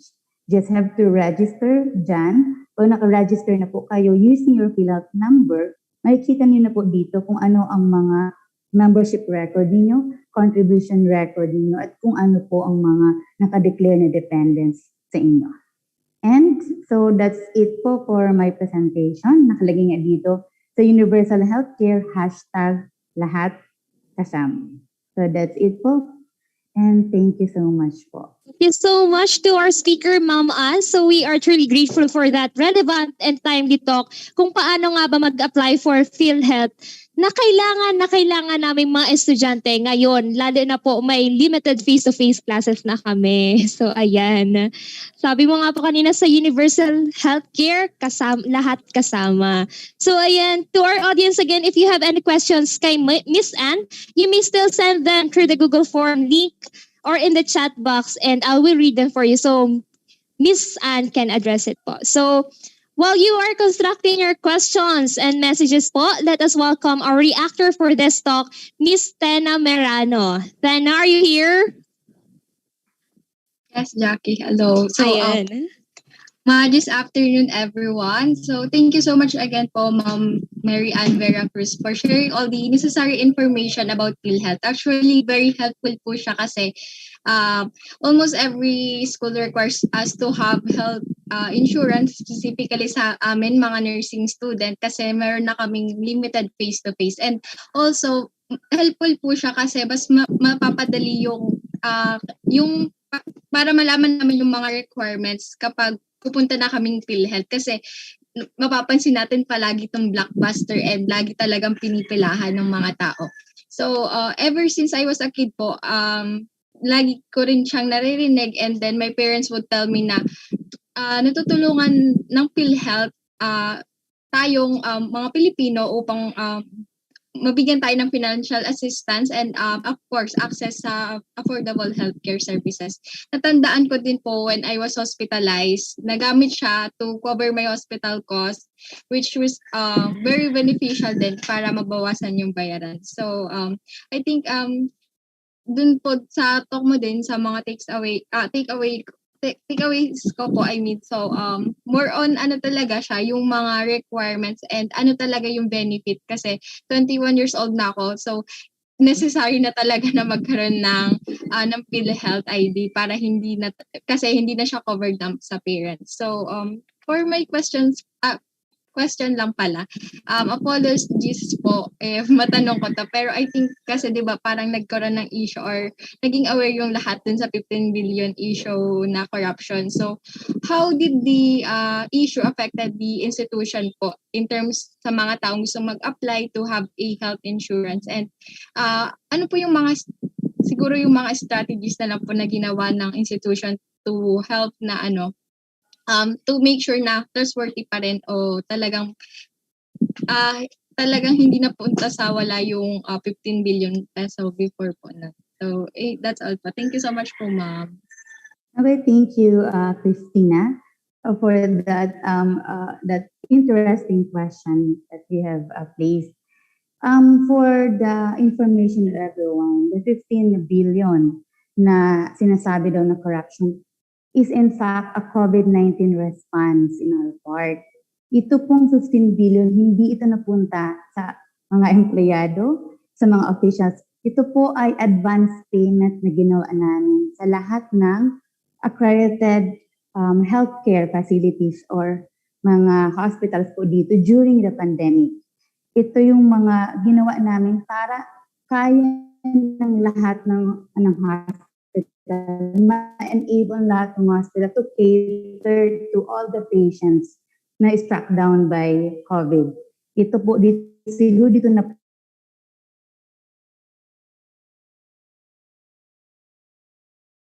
punta yung mga PPEs nila, ito na punta yung mga kailangan para gamutin yung mga may COVID. We received international awards namin at na-advance payment ng lahat ng mga hospitals and apply para meron po silang sufficient means para maka-cater po, maka-admit ng mga pasyente. Kasi alam naman po natin during pandemic, skeletal force lang po tayo, di ba? Half of the workers ay nasa bayan, half of the workers ay nasa mga offices. And alam po namin na hindi agad mapaprocess ang mga claims nila. Hindi mape-prepare agad ng mga hospitals ang mga claims. So, yung po 15 billion, yun po yung in-advance payment namin sa kanila. Ang aming basehan ng amount of the payment ay yung kanila pong value of claims nila for the previous years. And well, in fact, right now po, na-liquidate na po yan ng lahat ng hospitals. Mga 99% na po na-liquidate na sa amin kung saan napunta yung pong 15 billion yon. Pero itong 15 billion accumulated lang to, kasi lahat naman ng hospital na hati-hati yan, naibigay yan lahat, kaya umabot siya ng 15 billion. And in Camarines Sur, 100% na po ay na-liquidate na ng hospital. Naipakita na nila na nagamit po talaga nila yan pag-administer at pag-avail ng mga PhilHealth benefits po, ginamit po sa kanilang mga pasyente na confined po sa kanilang facilities. So yun po.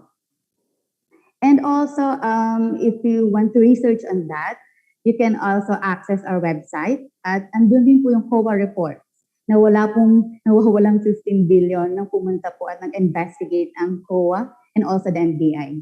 But the problem is may mga sensationalism na nangyari and also tumaganap na rin ang fake news. Even though we made a press release on that, kaya lang masyado kasi maganda ang word ng 15 billion ang kinurakot. Kaya hanggang ngayon, andun pa rin sa utak at sa puso ng mga tao na kinuha talaga. And it was really a humbling experience for us kasi minsan nahiya na kami pumasok kasi tinitingnan kami ng parang masama pag kami po pumapasok. So there was a time na hindi muna kami nag-PhilHealth uniform. Kasi yun nga, yun ang iniisip nila. But we know the truth. And yun nga, the truth will set you free. And thank you so much for that question kasi at least naisabi ko po dito. And as students, kayo po ay mga future na mga employees at kayo po ay mga nasa labor force someday. Ensure nyo po ng lahat ng naririnig nyo ay totoo or hindi. Okay, so thank you po. Okay, so thank you for that, Miss Anne, and Tana for your question. So, Miss Anne, thank you for clarifying that. So, ngayon po kami naliwanagan po kami sa sa issue po na yun. So, now po, we have here questions po from our Google Forms. So, medyo madami po siya. So, prepare po natin ang So, first question po natin. From my observation, napansin ko po na nag-i-increase yung rate for premium rate. Bakit po tumataas yung rate ng premium rate every year? Is it continuously increasing po ba? And consistent po ba yung increase na 0.5%? So that's the question po, Ms. Anne. Okay, by the way, thank you for that wonderful question. Talagang kita niya agad yung increment, ang increase ng ating premium contribution. In fact, ang universal healthcare kasi, ang nakalagay sa batas ay 5%. That's the premium rate. Pero ayaw kasi namin na mabigla ang mga PhilHealth members. That's why, ini-increase siya namin by 0.5 per year. Pero talagang dapat buo yan ay 5%. Pero noong 2020 and 2021, na-peg pa rin po ang ating premium rate at 3%. Kasi sinabi ni President Duterte na huwag muna po i-increase. Kaya even though nag-increase po ang benefits natin, like yung COVID-19 benefits, marami tayong dinagdag. But in spite of that, hindi po tayo nag-increase noon. Pero this year, tinanong po namin ang Malacanang and nagsabi din sila na dapat it's about time na i-implement na rin itong 4% premium. So yun po yun. Pero yun nga, 5% po talaga dapat nakalagay sa batas. And we have to follow that kasi kami rin po yung nag-i-implement noon. Sumusundo rin po kami sa ating universal healthcare law. Okay, so thank you for Ms. Anna. Then pala sa batas ang 0.5%. So next question po tayo. So ito po, since most of us is graduating po, what if po nag-apply kami ngayon na student pa kami and then nag-graduate na and nakapag-work na? Do we need to update or mag-apply ng new PhilHealth ID? Okay, so thank you for that question. Bale po, once you have been issued a PhilHealth number, that would be your permanent PhilHealth number. So what you will do kung kayo po ay graduate na is just to update your membership record.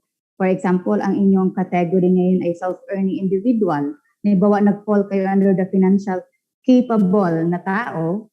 So kung kayo po employed, kailangan lang kayo mag-submit ng another PhilHealth member registration form and attach niyo po yung ER2 form certified by your employer. Ito kasi ER2 form ng PhilHealth, ang nag-accomplish nito yung employer. Kasi ito yung certification talagang employed kayo. So iti-change namin yung category niyo from self-earning to employed member. So, ayan. Thank you so much po, ma'am. So, eto naman po. Wait lang po. I'm screening the questions po. So, hello po. When I registered in PhilHealth po, I did not pay anything and they did not discuss if we should contribute already as a student. So, can we use the PhilHealth po ba if ever ma-hospitalize po kami kahit wala pa pong contributions? Okay. So, ayan. Nakalagay po sa batas na may immediate eligibility lahat ng PhilHealth member. Pero mas maganda po kung kayo po ay confined na, make sure na i-update yung premium contribution niyo bago kayo ma-discharge o lumabas ng hospital.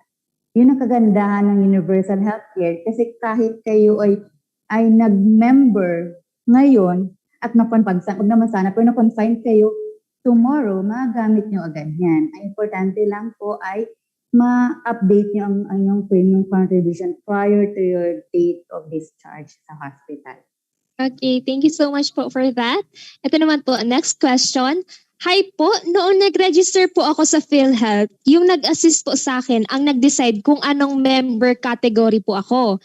But I am incapable of paying, yet they classified me as direct contributor or self-earning. I had no idea about these categories that time. So what can I do po? Thank you. Okay. Unang-una, kailan ba siya nag-register? Kasi bago rin itong indirect contributor financial incapable na program ito. But then, pag wala kasi kayong in-attach na certificate of financial assessment, ano ang way ng frontliner to identify na kayo po ay financially incapable? Kung ngayon pong taon yan, we already introduced sa lahat ng social worker ng mga LGUs na pwede sila mag-issue ng certificate of financial assessment sa mga students. So kung ganun po ang case ninyo, humingi lang po kayo sa inyong mga social workers, kung saan po kayong LGU na kabilang para ma-change natin ang category nyo from self-earning to indirect contributor financially incapable member. Okay, thank you so much po. Marami po tayong curious na participants. Ito po yung isang next question. Ask lang po if nag-change po ba ang PIN if nag-change po ng member type? And ano po need gawin if mag-change po ng member type? Need po ba mag-apply ulit? Thank you po. Okay. Ang PhilHealth number po hindi po yung napapalitan. Kasi makikita naman sa record ng PhilHealth na meron na kayong registered number. Ang kailangan nyo lang ay ipa-edit o i-update kung ano pong membership type ang gusto ninyo. For example, yung nabanggit o naitanong kanina na from self-earning, gusto niya maging financially incapable, i-check niya lang po yung category na pang updating siya, hindi siya registration, kundi updating. Meron kasi pong dalawang choice ang ating form. Registration ba siya or updating? I-check niyo lang po yung updating and then i-attach yung certificate of financial assessment para mapalitan. Ganun rin po kung halimbawa kayo ay self-earning individual at kayo ay magpapapalit ng category or member type to employed, you have to fill up again the form. Pero hindi po registration ang i-tick nyo, i-check, but yung updating ang box na ilalagay nyo or i-check ninyo and i-attach yung ER2 form at lagi pong kailangan kasama any photocopy ng inyong valid ID. Any government-issued ID po will do. Okay, thank you so much, ma'am. Another question po. How much po ang cost sa pag-apply for PhilHealth po? Okay, for the cost po, wala pong payment for that. But you have to ensure na ibayaran niyo po yung inyong premium contribution kung kayo po ay nag-fall under the self-earning member type. Pero kung kayo ay under the indirect financial incapable, wala po kayong babayaran kasi ang aming ibibill ay ang government para po sa inyong premium contribution. Pero remember lang po ang assessment po ay ginagawa yan ng social worker at tatanungin po kayo o tatanungin ang inyong pamilya kung how much ang income ng inyong mga family members kasi total income po ang tinitingnan kung talagang walang kakayahan ang buong pamilya niyo to pay the premium ng kanilang mga anak. Okay? Okay, thank you so much po, ma'am. So, ma'am, how much daw po ang minimum contribution ng self-earning na financially capable? Okay, that's 4%. So, 10,000. Ang income floor times 4%, that's 400 pesos per month. Okay, so thank you for that, ma'am. So, marami pa pong questions. However, we will only accommodate this one last question po. So, yung question na po yun is, where to get the PMRF po? Okay, so you can either visit our office for that or you can download the form sa aming website, www.philhealth.gov.ph. Yun. And kung may mga further questions po kayo, meron po kaming FB page. Pwede po kayong mag-contact sa amin. Bali, ako rin ang sumasagot noon actually. Sa PhilHealth LHIO Camarines Sur, yan po ang FB page namin. Pwede po kayong mag-question dyan from 8 o'clock to 5, Monday to Friday. And ano po Okay. pala, I have to suggest po pala na kung mag-a-apply po kayo ng PhilHealth membership, yung mga students, mas maganda po sanang you assign a liaison officer para po may magko-collecta na lang ng inyong mga form. Kasi kawawa naman ang mga estudyante kung pipila po kayo dito at napakaraming blockbuster, lalong-lalo na nung enrollment. So, ang mga sinasabi po talaga namin sa mga schools na kung mas maganda po, mayroong liaison officer na isasubmit na lang by bulk or by batch yung mga application form together with the supporting documents ng inyong mga estudyante. Yun po. Okay, thank you so much po, Miss Anne. I think that's it po for our open forum. So guys, to our participants, don't worry kasi nga sabi kanina ni Ma'am, you can reach out to her sa mga questions na hindi nabanggit kanina sa kanilang FB page na si Ma'am din ang sumasagot. So ayan, thank you again. Thank you po, Miss Anne, for sharing and answering everyone's questions. So I just know po, we will surely have you again in Ateneo to share more about PhilHealth po. So, baka virtually or face-to-face na po ulit. So, ayan. Thank you so much po again, Miss Anna. So, yan, guys. May energy pa ba? Energy check? So, I know that lahat tayo may great experience sa ating first two talks. Pero bago tayo mag-proceed sa ating third talk, let's have a quick game muna in which you will win a prize para naman ma-break ang ating ice. And 425 na rin siya. So, ayan. Tech team, can we present our game na? Ayan. Thank you po. Ayan. Excited na ba kayo? So, guys, the game is called Hula Hula. So, the mechanics is very simple. We will present to you 3 pictures and hulaan nyo kung anong word na ang naglilink doon sa 3 pictures na yon. Para lang siyang 4 picks 1 word, pero in our case, 3 picks 1 word.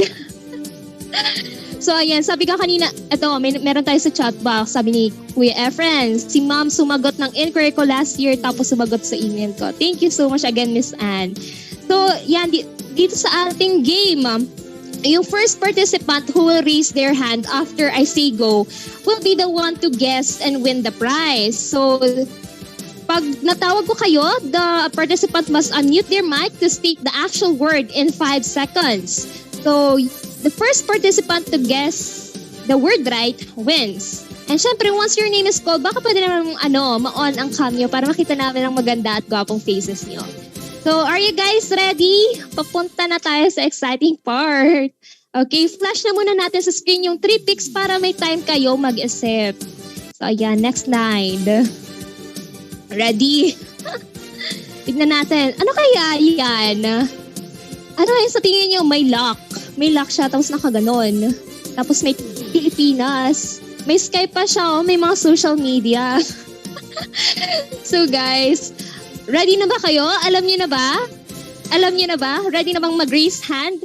So, flex muna natin ang ating mga hands para pag ready ng pag-click. So, yan. Comment, G, in our chat box if ready na kayo. Diyan ako magbe-base if ready na talaga. Ayan, game na game. Game na game ang ating mga participants. Thank you. Gising na gising pa. So guys, remember, may prize to. Kaya, may one try lang tayo. May one chance. So, grab it na. Grab the opportunity to win the prize. So, yan. I think ready na lahat for staff. Can you please check na lang po kung sino yung unang mag-raise ng hand para fair naman tayo. Okay, clear muna natin lahat ng nag-raise ng hand kasi hindi pa po ako nagsasay ng go. So, lower all hands. Okay. Very meticulous ang ating mga staff, kaya alam na alam. Okay, in 3, 2, 1, go! Ayun, ang daming nag-raise ng hand. So, wait lang. I'll just check it po kung sino yung unang nag-raise ng hand. Sa akin is si... Wait lang. I'll just wait for their, sa ating staff. Okay. Wait lang. Ang dami nyo. 16, So, si Van Alien. So, everyone, si Van Alien, tama po ba? Can you unmute your mic po?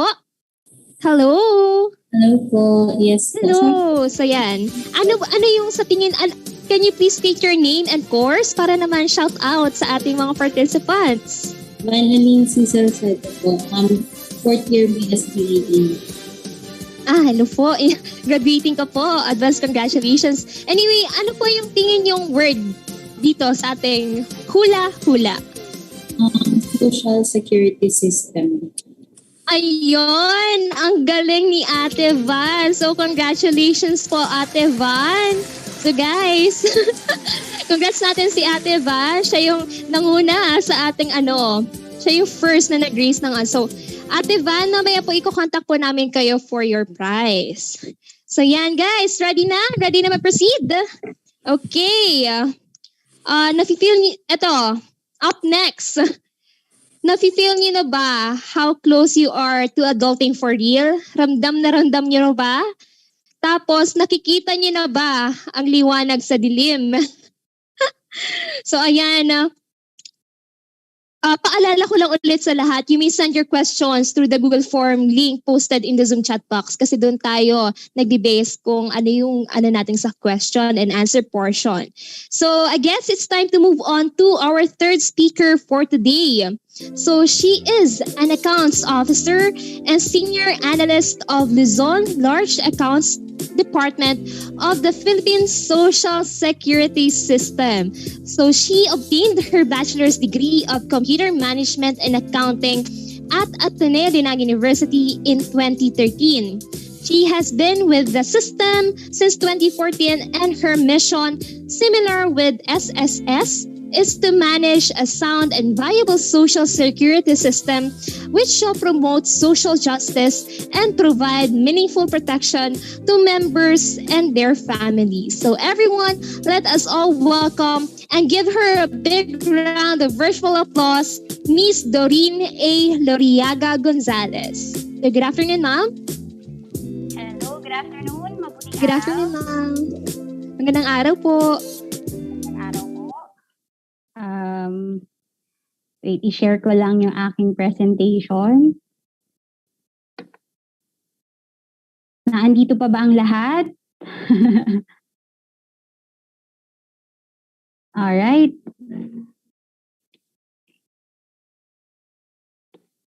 Alright. Okay.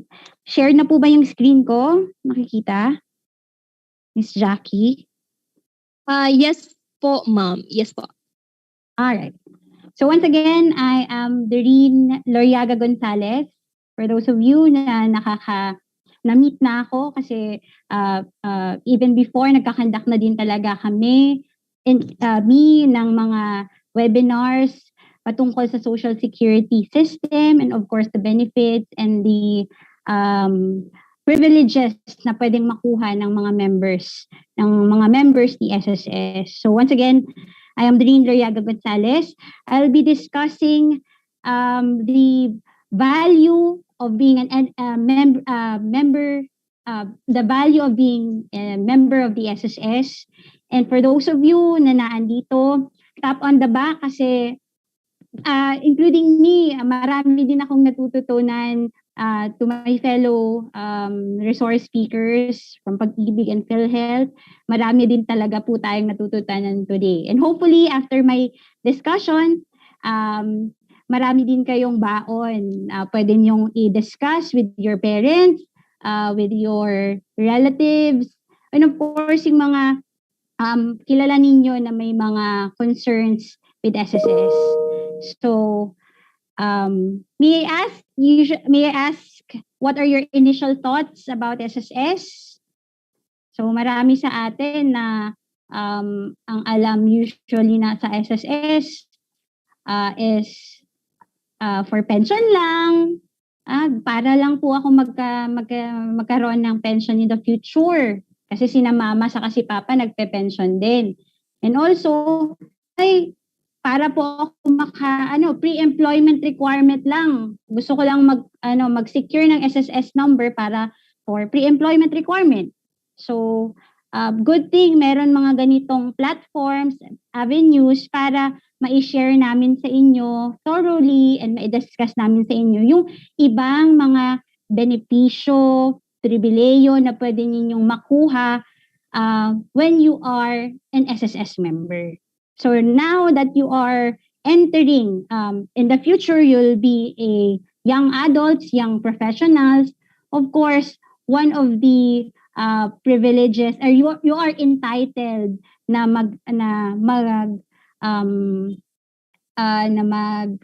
ng benepisyo ni SSS. So ngayon pa lang, you make sure na you're well informed kung ano ang pwede ninyong makuha out of SSS, out of being an SSS member. So because of the advancement ng ating technology, marami na sa inyo ang nakakaalam. So for those of you na may mga SS number na, marami po sa inyo ang nakakaalam or naka-browse na ng ating mobile SSS app. You can also verify your account through the text SSS. Kindly send your verification to 26006 2600 para po ma-address namin yung mga concerns niyo. Also, we have ilang-ilang self-service kiosk na pwede ninyong ma-access yung inyong mga hulog with SSS. And also, yung pinaka-enhanced, our updated website na sa mga naandito ngayon na may mga SS number na you can browse, you can verify, you can monitor your account through this website.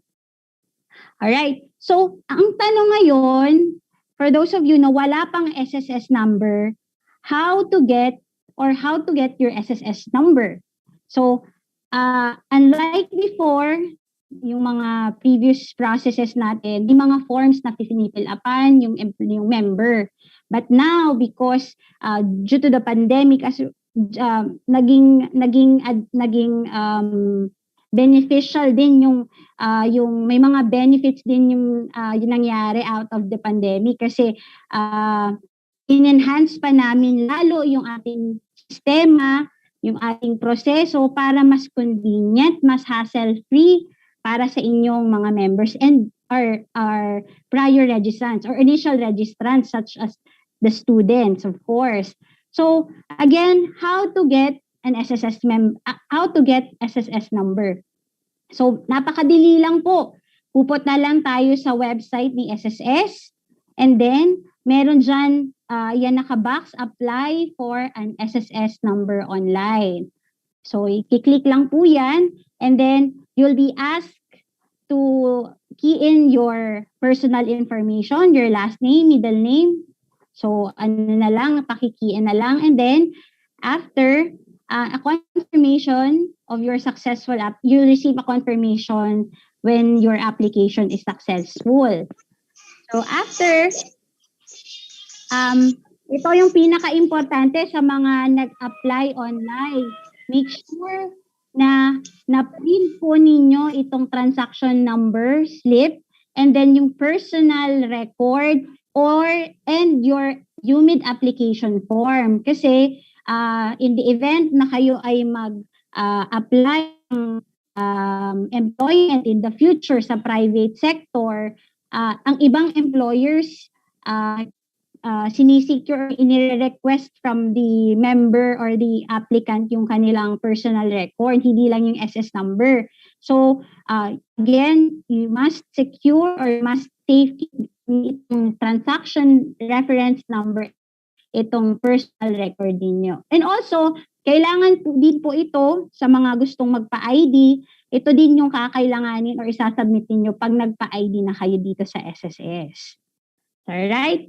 So moving forward, ngayon na may SSS number na, paano ba ang pag-register online? So of course, once na kayo ay nasa private sector and your employer is paying your contribution, or if you are also self-employed, sa mga iba na ang tatahakin ay self-employment,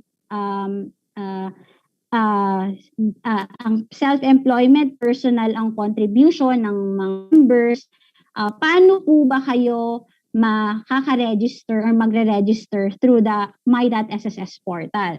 So, i-follow lang natin itong step-by-step guide na to. So, again pupunta kayo sa SSS website and then click the not yet registered in my.sss and then read the reminders carefully, then tick the box. Alright, then click the proceed. Okay, so personal information naman yung nire-request sa inyo. So fill in lang itong mga hinihinging information. And then dito pala, you make sure na yung preferred yung email address ninyo and your contact number is active kasi lahat ng notification, lahat ng correspondence ni SSS will be sent through that email address and that CP number na ilalagay ninyo. So make sure na active yung email address na ilalagay.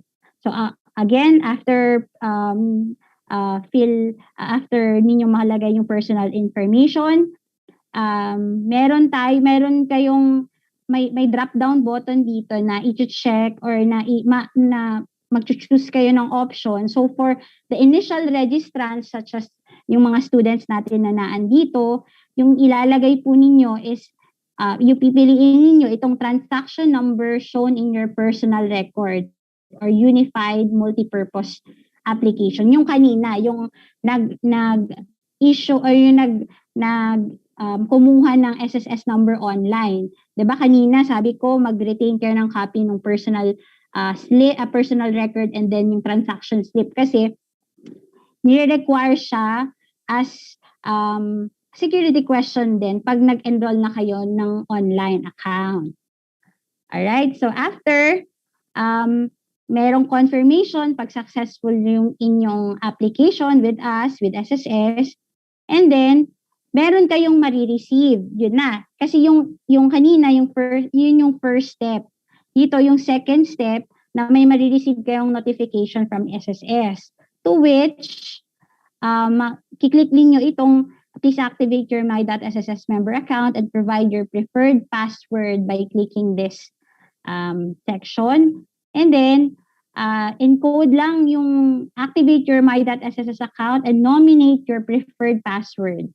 So ito, so mag-ano na kayo ng preferred password niyo sa online account niyo. So make sure na ikayo lang yung nakakaalam ng password na yan. Huwag mo nang ibigay kung kani-kanino kasi baka in the future, diba, may nakaalam, may mag-access ng inyong online account na hindi ninyo nalalaman. So make sure that it is confidential para walang mangyari in the future ng mga gano'n na may nag-apply through your account ng loan. So, mahirap yon. So, make sure na confidential yung information na ilalagay ninyo or your password. Alright? So, ito, i-confirm lang yung password na nailagay. Yung preferred password, length must be 8 to 20 alphanumeric characters. And then, first character must be alphabet, and then no special characters, and password must be different from your user ID. Alright?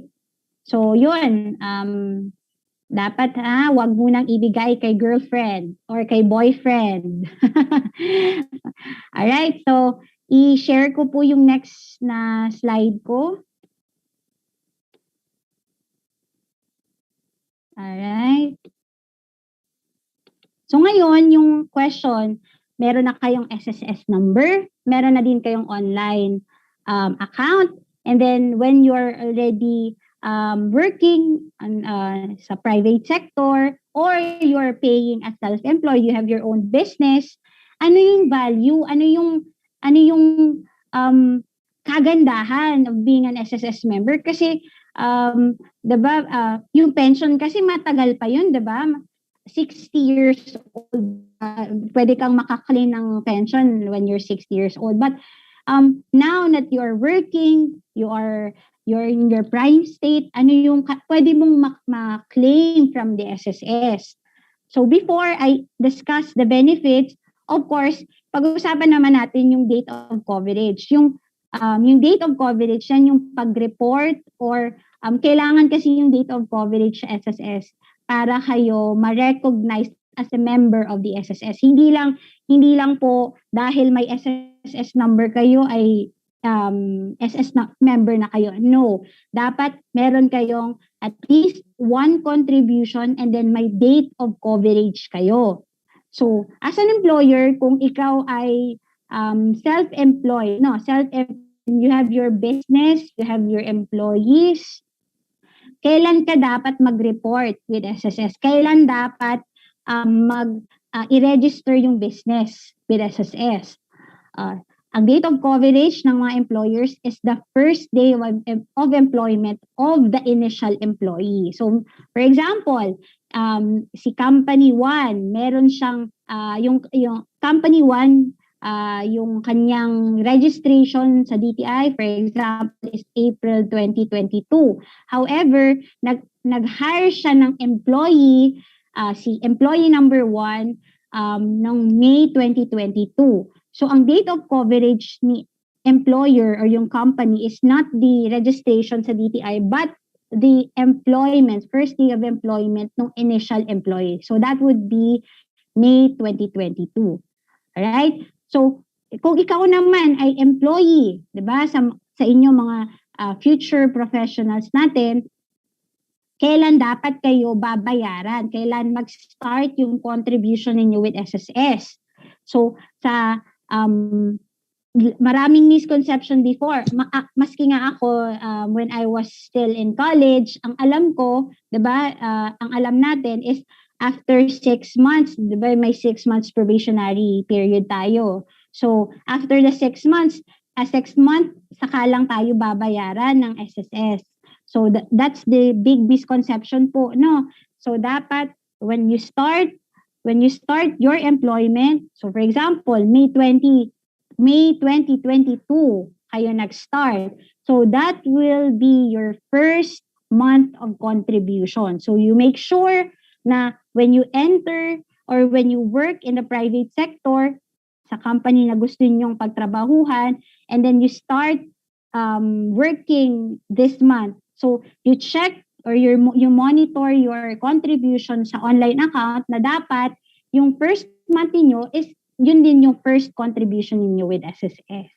Alright? So maraming mga nagko-complain like sa akin at my end, maraming nagko-complain against their employer kasi ang si employer ni-report siya kumbaga may misrepresentation ng date of employment na instead of the actual, yung nilagay or ni-report lang is yung after probationary period. So, yun, tatandaan po natin yan, no? Kasi kayo, in the future, magtatrabaho na kayo in the private sector. So, moving forward, kailan naman nagsa-start yung date of coverage ng self-employed? Yun, again, yung self-employed, for those of you na mas gustong tayo na lang ng business, to build their own businesses. Gusto kong mag-build ng restaurant. So, ako, without an employer, I will pay my SSS personally. So, yung date of coverage as self-employed is your first month of payment. Alright? So, again, kasi pag employee ka, 'di ba, automatic nang binabawas. Pero yung dito, yung discipline nasa mga self-employed and voluntary kasi kayo yung nagbabayad ng contribution. So again, we encourage self-employed members na regularly tayong magbabayad kasi nga para sa benefits, hindi lang sa retirement. Also the benefits na i-discuss ko after this. Alright? So, moving forward, nandito na tayo sa magandang portion, yung ano ba yung pwede kong makuha sa SSS? What are the benefits that I can avail? What are the privileges that I can file sa SSS?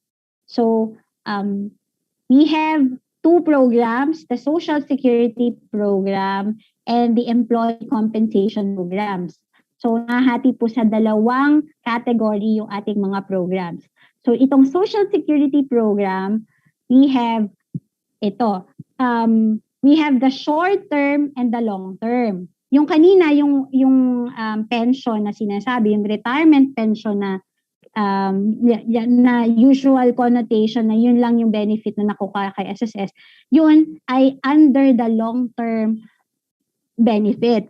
While itong sickness and maternity are your short-term benefits. Right? So yung sickness benefit, in times when yung member na nagkasakit, whether fever lang yan, na dengue, yung member, a portion of your income will be paid through SSS. So pwede kayong mag-claim yan. So for example, if you are a self-employed and you are a regular paying self-employed member of the SSS, and then hindi ka nga na-confine, home confinement lang yung nangyari kasi nagkasakit ka lang. So yun, qualify ka na for sickness claim. Make sure lang na at least 4 days yung confinement, home or hospital confinement man yan, and you have at least 3 contributions paid with SSS.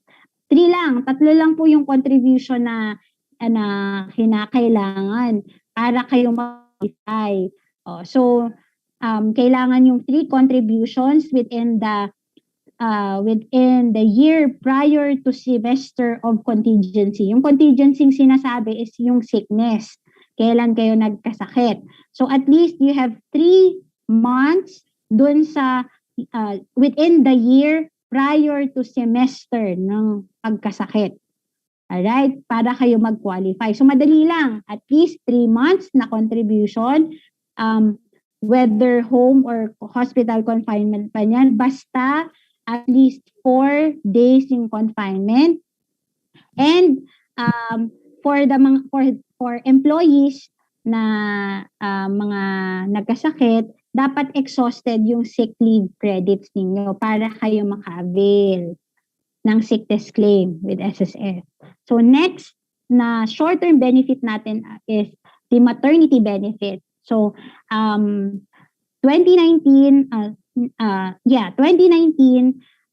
yung ating stipulation lang sa law ni SSS is up to 4 pregnancies lang tayo. Pwede mag-claim SSS. All 4 pregnancies, pwede yan i-claim with SSS. But we have already the expanded maternity law noong 2019 din na pwede ng mga anak or pwede nang mag-file ng maternity for as many pregnancies na kaya ng mag-asawa or nung babaeng miyembro ni SSS. So, meron din tayong revision din from 60 days, 'di ba? Some of you aware na from 60 days, ngayon po 105 na siya ang maternity days or paid maternity days ni member, yung female member. So yun yung babayaran ni SSS. So for example, the member is paying yung minimum. Yung minimum contribution ni SSS is nasa 390 pesos. That's the 13% of the 3,000. That's 390. So for example, yung female member paid meron qualifying contribution, and then she is qualified nga to avail the maternity. Pwede siyang makakuha with only 3 months contribution na 10,000. Okay? So for example, yung member niya, 'di ba, nasa 390 times 3 months, yan lang yung minimum contribution ni SSS. So versus sa makukuhang benefit ng female member, which is 10,000. So take note, that is the minimum contribution. So what yung mga maximum contribution nakakakuha po, may mga nababayaran si SSS na nasa 70,000. Yan yung maximum maternity benefit na pwedeng makuha ng member Alright? So, depende yung benefit sa contribution na binabayad ng member. So, again, sickness and maternity are your short-term benefits that will only require 3 months contribution para kayo maka-avail. Alright? So, moving forward, we have the long-term benefit, we have the disability, yung pagbalda, the retirement pension, retirement benefit, and then the death and funeral. So, yung disability, i-evaluate yan dito sa atin. Dito sa disability, member can file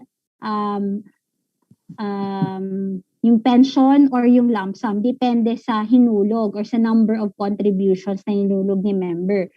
So, also dito sa retirement, yung retirement naman, ang minimum requirement natin dito is 120 months or 10 years para kayo maka-claim. Or, diba, kung yung si papa ninyo or si mama ninyo, auntie, uncle, merong SSS, you tell them na at least makasecure sila ng 10 years of contribution. Of course, mas mabuti kung mas higher than 10 years kasi yung 10 years minimum lang yun, di ba? So, mas mabuti kung more than 10 years yung contribution ni member. So, pagdating nila ng 60 years old, they can file their retirement claim with us. Pwede siyang mag-pension after ma-settle or after ma-file niya yung claim, retirement claim sa atin. So, dito naman tayo sa death and funeral. Ito comes hand in hand. Pag namatay si member, with at least one contribution, take note po, with at least one contribution, pwede nang mag-file ng claim or ng funeral claim yung claimant. Syempre, pag deceased na yung member, pwedeng mag-file ng funeral claim yung claimant na ng funeral. Okay? So, yung requirement lang natin is one contribution. So, maka one contribution lang yung member, may SS number, and then yung surviving spouse or yung relatives alam na may SSS number nga, and then may contribution si member, with at least one contribution lang yung nire-require for funeral, pwede nang mag-claim yung mga na ulila or yung mga surviving spouse or relatives. So, pagdating naman po dito sa death claim, ito yung pwede itong monthly pension or yung lump sum. Depende din ito sa contribution na binayad ng deceased member. So, for example, yung member na namatay is yung member na namatay, may surviving spouse, and then yung member naka at least 3 years of contribution lang. Yung surviving spouse or yung legal spouse, pwede po siyang mag-claim ng pension sa SSS. So, you need 10 years, ma-check lang or ma-verify na SSS na may at least 3 years of contribution or 36 months of contribution yung namatay na member, pwedeng mag-claim si legal spouse or yung surviving spouse ng pension or what we call survivor's pension. Pag hindi naman po naka 36 months yung namatay, hindi naman naka 36 contribution yung namatay, and then may legal spouse, ang pwede lang maibigay sa kanya is lump sum. Isahang benefit lang yung maibibigay dun sa surviving spouse. And of course, kung may mga minor children, may additional pension pang makukuha yung claimant. Of course, may tinatawag tayong supplemental pension na ibinibigay dun sa ating mga sa kanyang mga naulila or the surviving spouse and the minor children. All right? So, ang kagandahan nito, aside dito po sa mga nabanggit kong short-term and long-term benefit, we also have the unemployment benefit.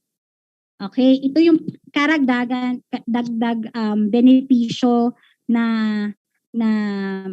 ino-offer ngayon ni SSS, and very timely na nag-pandemic tayo noong 2020. Marami po tayong natulungan through this benefit claim. It is the SSS unemployment benefit. Ito po yung mga binibigay sa mga employees or sa mga members natin na nawala ng trabaho because of retrenchment, nagsara yung business because of the pandemic nga, hindi na nasustain yung business, pagsasara ng pinapasukan dahil sa pagkalugi, and then the other karamdaman na ang patuloy na pagtatrabaho ay pinagbabawal ng batas o makakaapekto sa kalusugan ng mga kasamahan sa trabaho.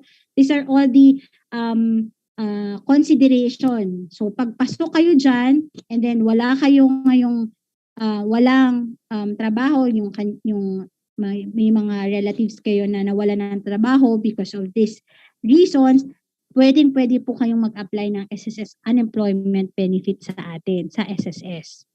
Alright? So all of these, ang kagandahan po, lahat ng claims or benefits na nasambit ko kanina are can be filed online. So lahat po niyan, pwede na ninyong ma-file through the website ni SSS, through www.sss.gov.ph website, or yung SSS app, mobile app na pwede ninyong ma-download through your phones. So no need nang pumunta dito sa SSS branches. Dito pinakamalapit is Naga and also yung Robinson. Meron po tayo dyan branch. You can file maternity, sickness, retirement, funeral, online. So, pwede na po online. Alright? So, yan ang kinaganda kasi mas convenient, mas hassle-free sa ating mga miyembro. And then, sabi ko nga kanina, meron tayong dalawang ina-administer na program. Yung kaninang nabanggit ko are the Social Security programs. While ito naman, Employee Compensation Program are for those employees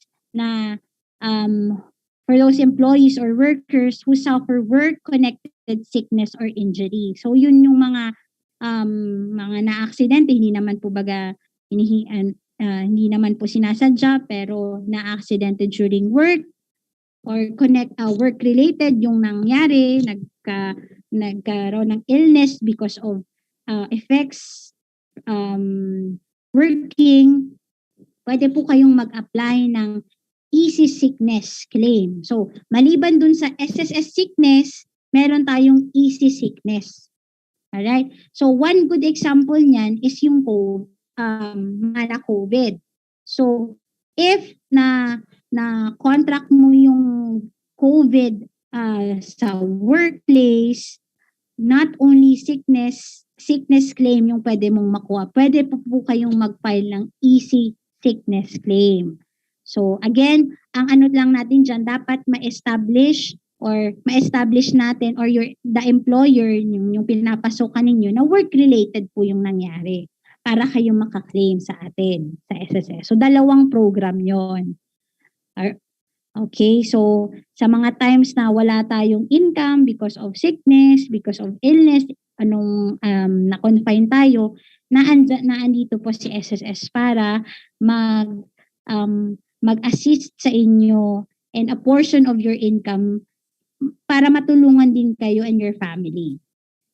So, okay, so easy qualifying conditions, of course, sickness or injury is work-connected. Sabi ko nga kanina, employee has been duly reported to SSS. SSS has been notified of such sickness or injury. So ang ang magre-report po niyan is your employer, is your future employer. Okay? So, lastly, has the required monthly contribution. Okay. So, ito naman yung mga um, accidents, pwede kayong makaklaim if pwede kayong makaklaim ng easy sickness if you are performing your official function, personal comfort doctrine, or engage in a company-sponsored activities, yung may mga field trips na sponsored ni company, on board a shuttle bus or any vehicle provided by the company, or any sickness listed by the ECC as occupational disease. Alright. So, ito naman yung hindi, mga exclusions, mga hindi siya qualify for easy sickness. When you accidents due to intoxication or drunkenness, willful intention to injure yung mga emo dyan na willfully ginustong masaktan yung sarili. Hindi po yan qualify for easy sickness. And of course, notorious negligence. Isa po sa mga privileges na pwedeng ma-file ni member are the loan privileges. So, pag tayo ay membro ni SSS and we are regularly paying, we can file or avail the loan programs of SSS. So, yung pinaka-patok sa takila sa amin is yung salary loan. Marami po sa atin ang nagpa-file ng salary loan. Ang salary loan ay ang term for payment is for 2 years. So, hindi na siya burdensome, hindi siya burdensome sa mga member natin. Yung amortization, hindi masyadong ng member. So, we have also yung calamity loan. Pag may mga sakuna or typhoons tayo, meron po tayong housing loan and also business loans. Of course, ito i-inquire po ito dito sa branch para ma-evaluate if you are qualified. But yung salary loan and then yung calamity loan, if meron calamity loan, can be availed or can be filed through online, through your mobile or your online account. Okay, so that ends my presentation.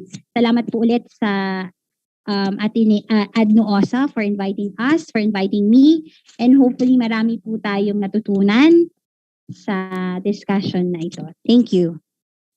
Okay, thank you so much, Ma'am Doreen. Talaga po marami po kami natutunan. And we are truly grateful for you po for that very informative talk kung paano nga ba mag-apply sa SSS. Lalo na po na very relevant po ang SSS pag may mga emergencies po. So ayan, thank you so much again po.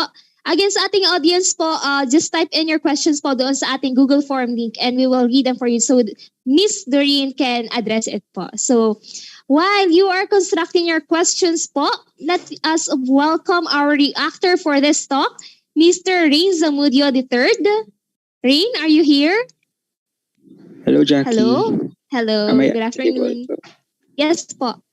Alright. Okay, thank you so much. Good afternoon po, ma'am. I would like to thank you for sharing your expertise and knowledge about SSS. Since then, SSS has helped our family through loan programs, study now, pay later programs, and even the disability pension. With that, I can testify that SSS is very beneficial to all the Filipinos. And actually, I had already registered with SSS, but it had been few years and I had neglected to check it because I was not working yet. But with your discussion po, I learned what I should do about it. And I am informed now about the other benefits and the improvements of your services. So it's nice how you emphasize the requirements and the programs that we can avail of with our membership po. Thank you so much again po.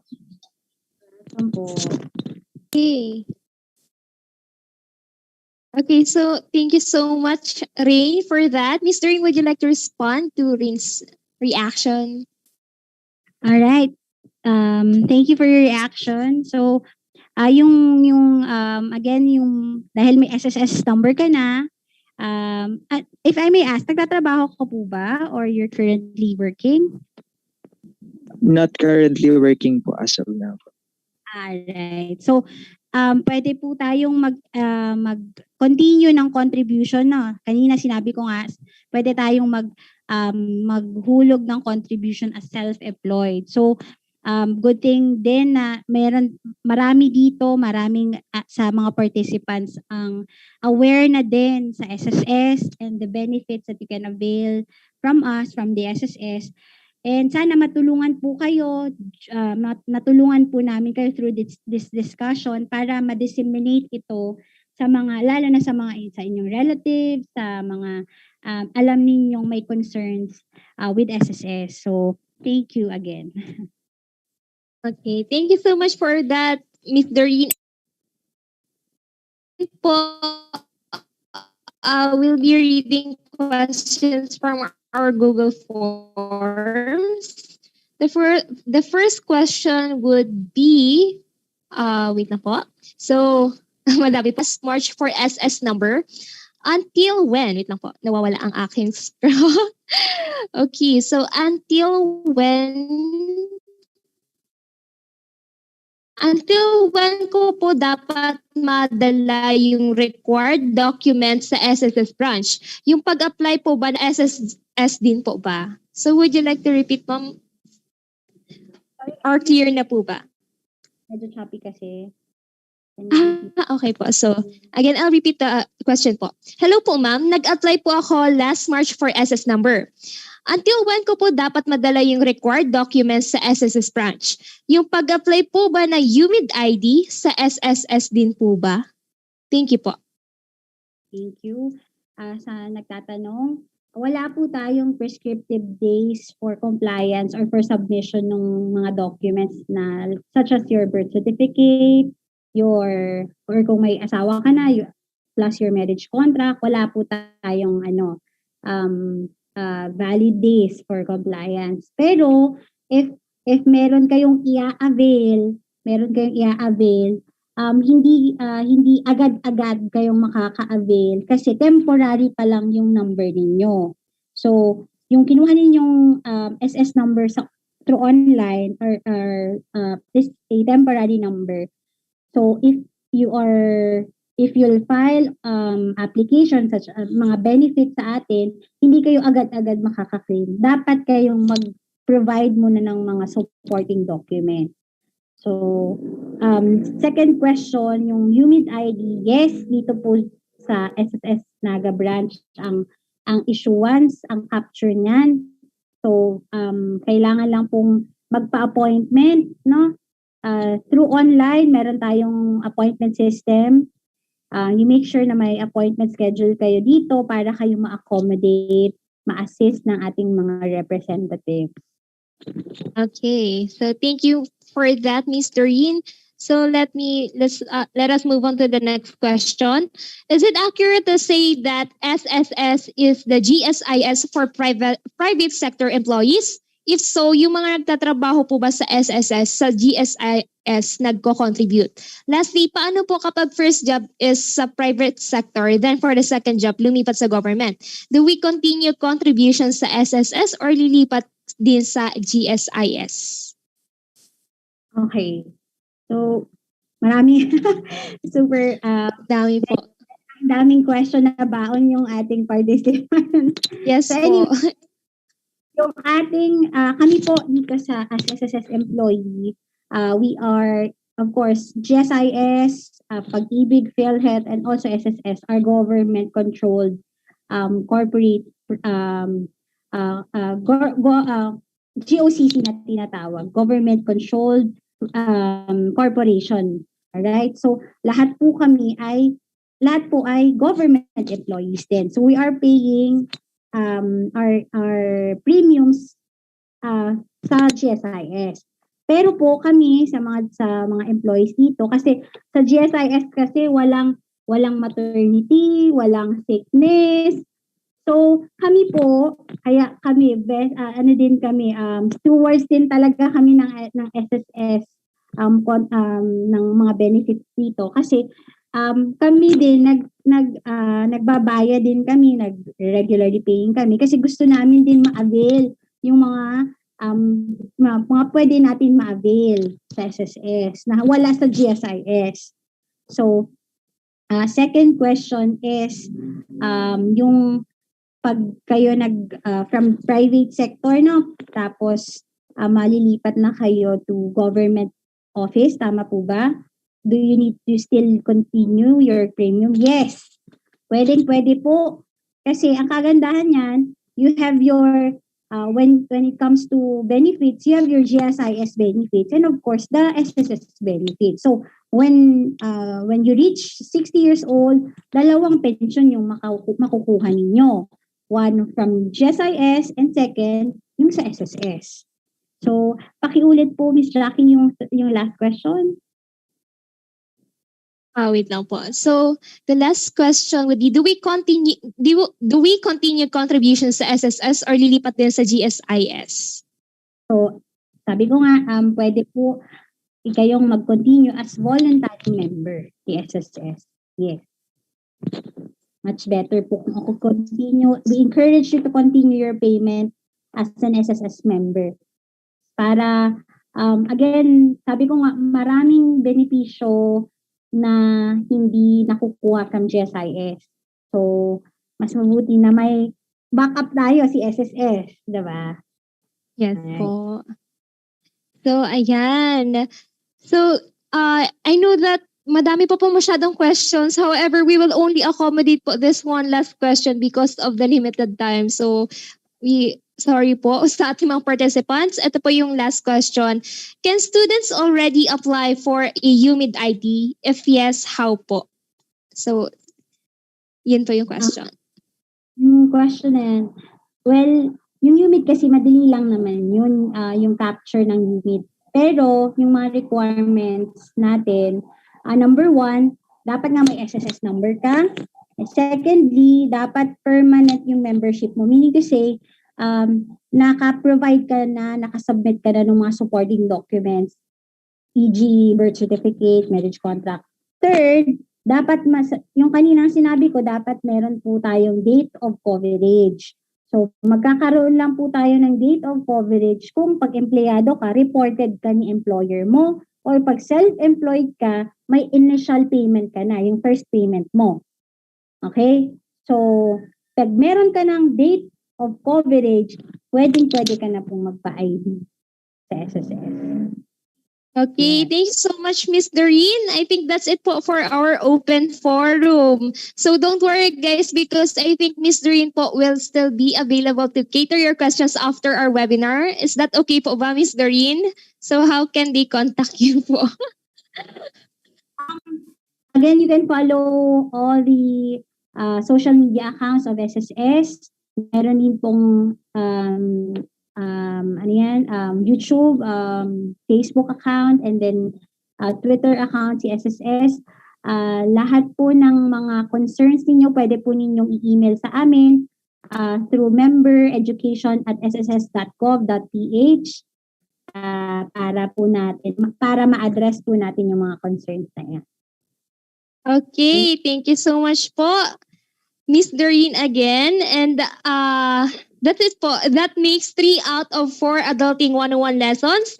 Again, we thank you, Miss Doreen, for sharing with us and for answering everyone's questions po. So, it would be very lovely po to have you again in Ateneo po to share more about yung mga in-offer pa po ng SSS. So, ngayon po, it is with great pleasure po to introduce to you our last guest speaker for this afternoon. So guys, ito na isa sa hinihintay natin. So she is currently the designated chief of the Philippine Postal Corporation at the Legaspi City Distribution Center and in concurrent capacity as Bicol Marketing Specialist. She finished Bachelor of Science in entrepreneurship at Bicol University and has 30 units in Master in Management and a thesis in progress from the same university. She has also been a delegate of the Philippine Postal Corporation to the Asia Pacific Postal College or APPC at Bangkok, Thailand. So everyone, let us all welcome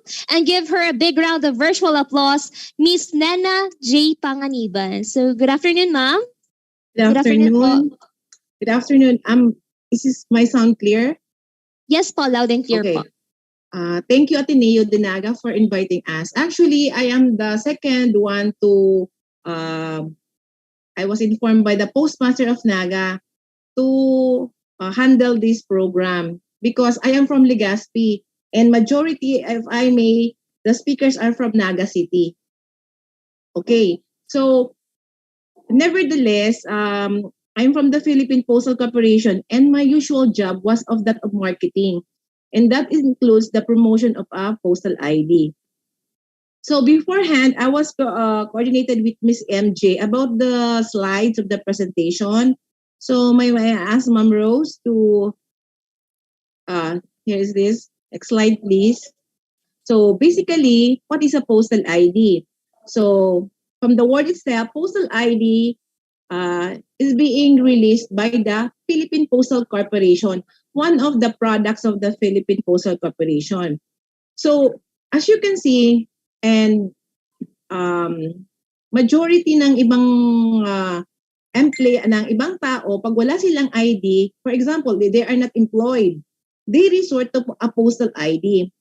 Because ang postal ID, even a housewife, a carpenter, a laborer can apply for a postal ID before because it was paper-based. Because ang Philippine Postal Corporation cater to yung mga lower mass na mga kahit wala kang work, as long as you can provide the proof of identification, you can have an ID.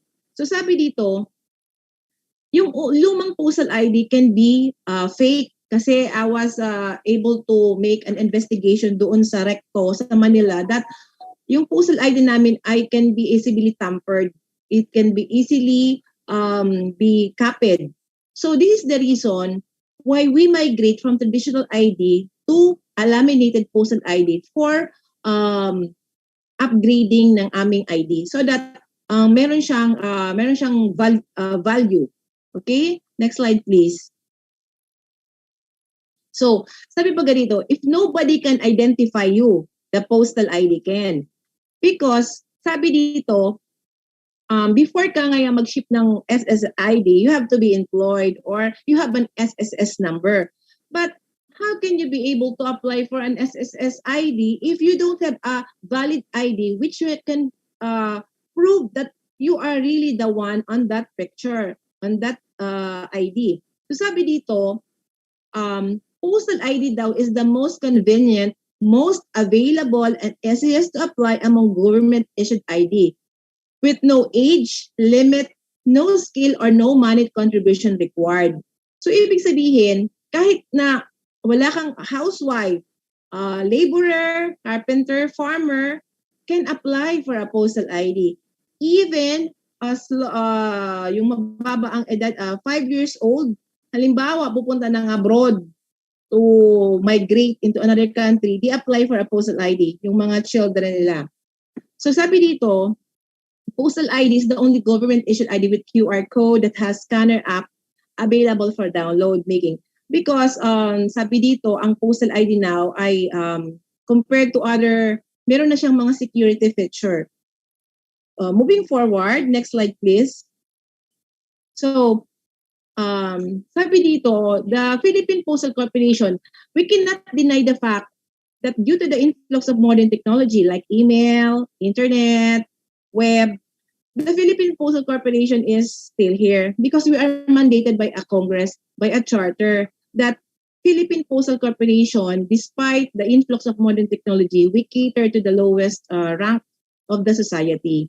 So, the Philippine Postal Corporation also diversify and we designed an ID that is modern and commercialized rebranding.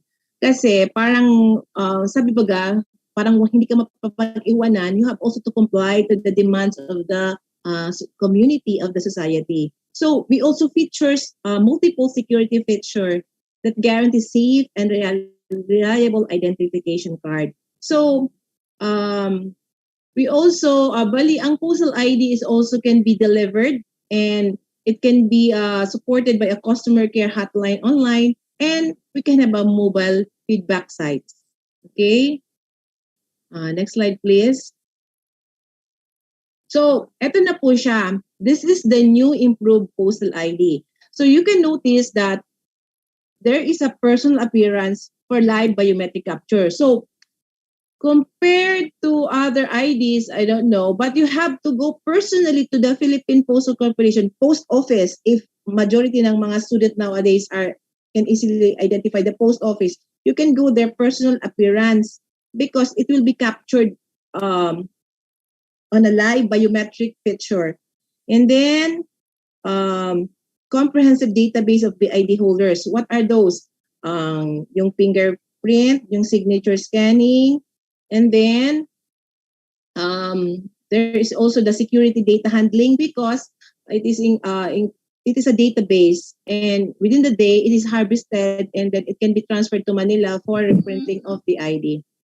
And the delivery of the postal ID can be made to registered mail for address verification kung saan po naka-establish yung residence ng client or nag-apply ng postal ID. Next slide, please.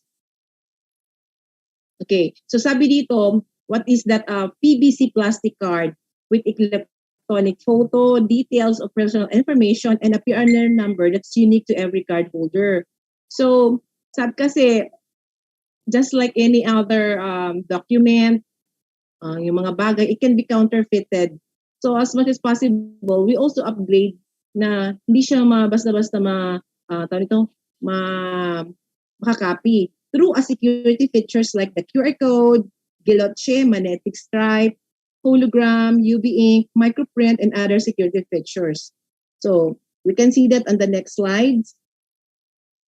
So, what are the uses of the postal ID? So, number one, valid ID for banks and other financial institution transaction.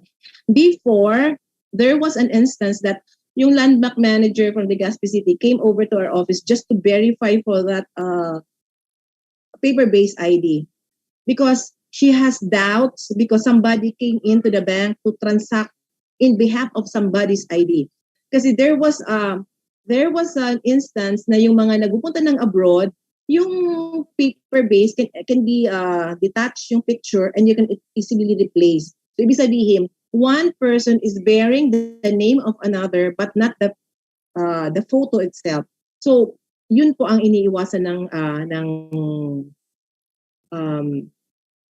tawag nito, ng PhilPost na hindi tayo matampered. Okay? So, sabi dito, valid ID as a requirement for passport application. So, nevertheless, we are being recognized by the DFA as secondary ID kasi sabi baga 2 or more valid IDs to identify yourself. And then when you go to other private couriers and the Philippine Postal Corporation, you can present the ID for valid claiming of parcel packages and or other mail redemption. And other value-added features will be available soon. Okay, next slide please. So, ano daw po ang requirements? Dito na tayo sa requirements. Any proof of the following. So, NSO, birth certificate, the PSA, or kung meron na kayong existing ID like the GSIS or SSS, you can have it photocopied and then submit it to the post office, driver's license, and a passport. Why? To establish your birthday. To establish your birthday. Nandun pa baga yung birthday.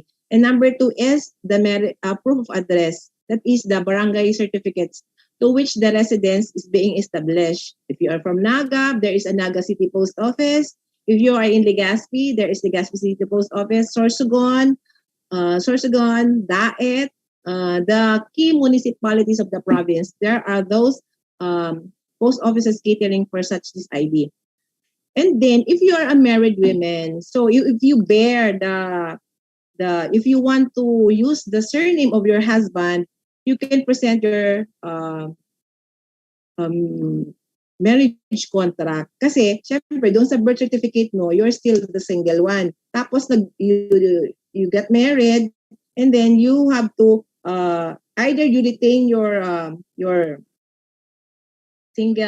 maiden name, or you go to the process of using your husband's name.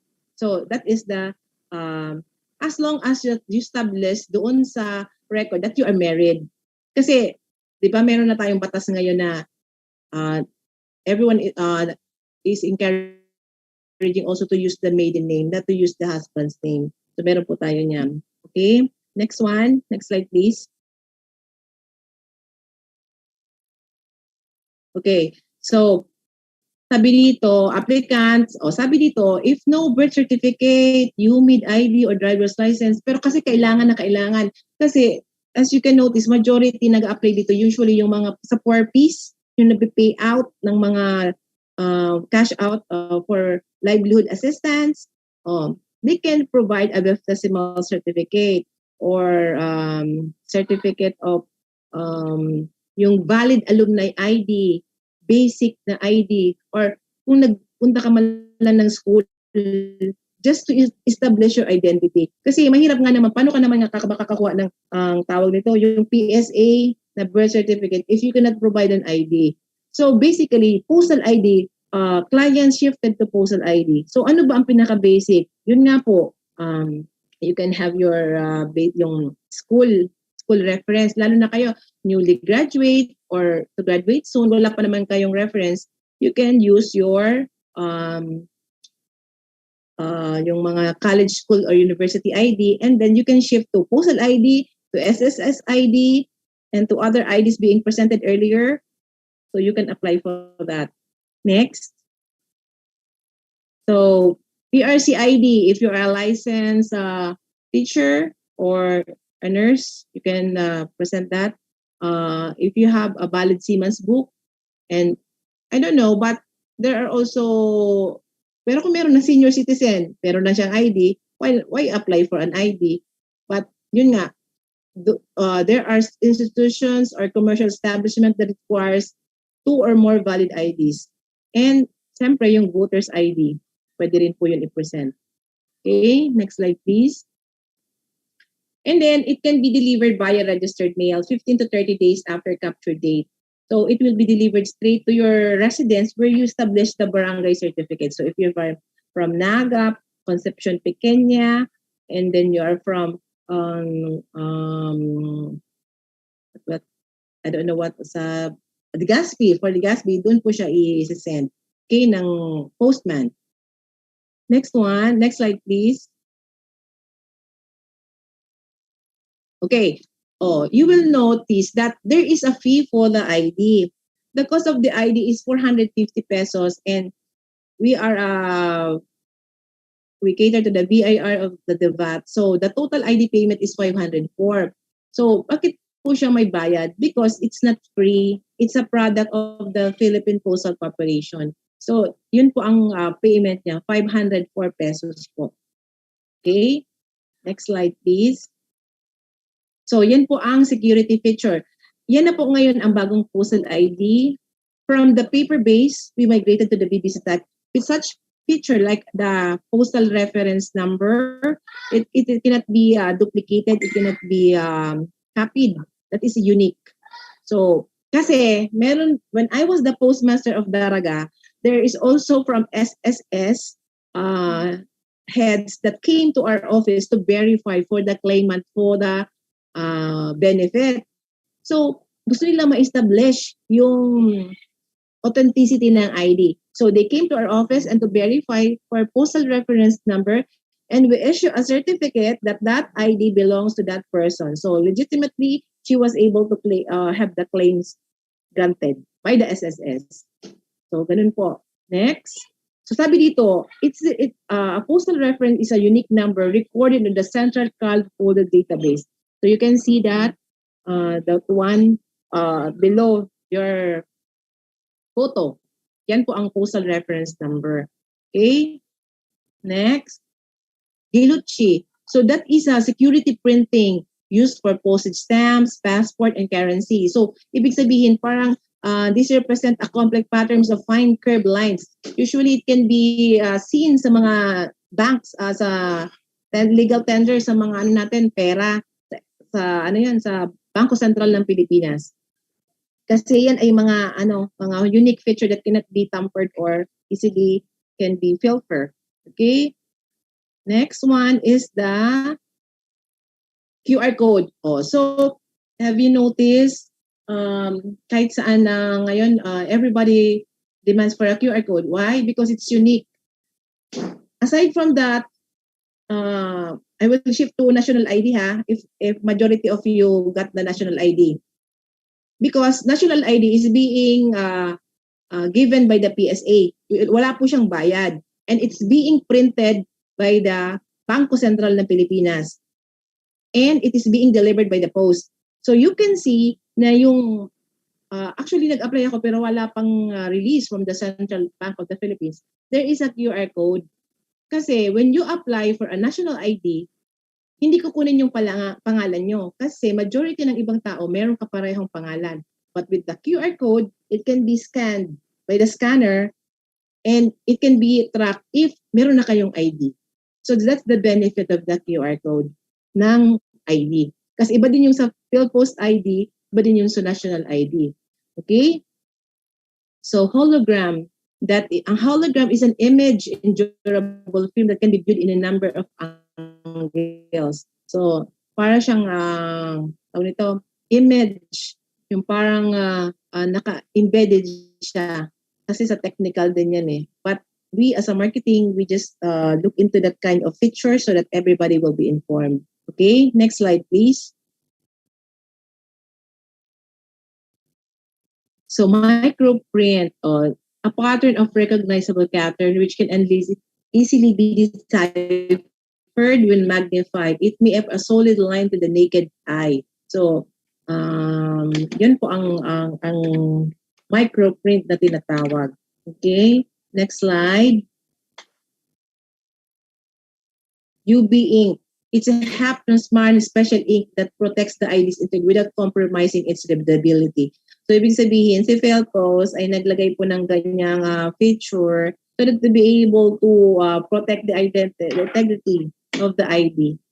So, once you have that kind of feature, yung parang, tawag nito, it can be, parang yung may siya, special ink na adaptable. Okay, next. Next slide, please. O yan, yung parang, para siyang konsensya. Diba? Parang ito yung pinaka-main feature ng photo, and then there's also parang yung consent, a semi-translucent copy of the photograph of a certain component in the identity card. Okay, so that is the ghost image. Next one, please. So at the back of the ID, there is a magnetic stripe wherein this ID, yung nga sinasabi na value-added feature that unlike yung tinatawag doon sa parang sa LCC, yung mga card, mga point system, because meron kasing mga merchants na nag-subscribe for if you have a postal ID, you can add points like that in order for them to be able to, yan ang magiging benefit niya. So what is a magnetic stripe? It's a card holder's data storage for transaction at point of sale. So terminals and an automated machine which will be available soon. Okay. So pre-printed serial number. So just like any other, there is a barcode, a unique barcode with corresponding number for tracking and inventory. Pre-printed serial number. Okay. Next. So you can download the postal ID at the www.philpost.gov.ph, and you can have read it there kung ano yung mga other features that can help you obtain learnings from the postal ID. Okay. Next. So yan po. QR code. Because lahat ngayon ng mga may mga ID has certain features. So you can have it sa school nyo, you can have it applied kasi considered nyo na, nakita nyo na rin yan. You can have it go hand in hand to be able kung ano nga talaga ang security feature ng isang ID. Next slide. Okay. So, valid QR code, yun po. Tapos, meron siyang mga certain features that features the name and the birth date and the expiry date. Mind you pala, ang postal ID po pala expires in 3 years lang po. Why? Because, for example, for this year, you are single. After 3 years, you got married. Siyempre, iba na po yung surname nyo. And then, on this day forward, you are from Legaspi. Now you transfer to Naga. Naga is now your official residence. So, that is why postal ID lasted only for 3 years. Meron pong expiry ang postal ID. Okay? Next slide, please.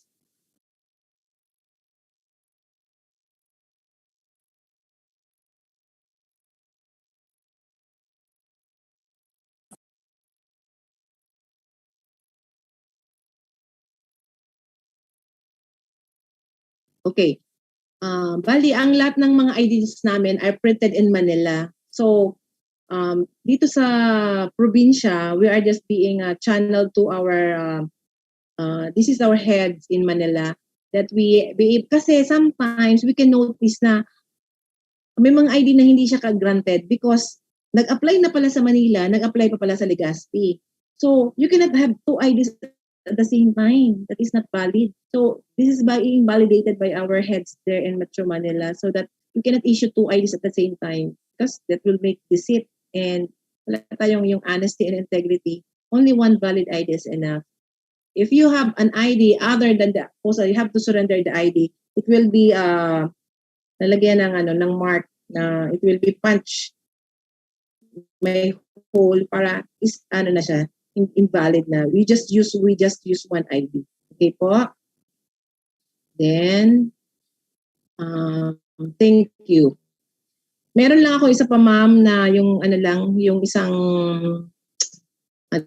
yung improve ID. So if you may random kasi meron din ibang features doon. Just for a brief, dalawa kasi yung sinend ko kay MJ. Na-download po ba, Ma'am Rose?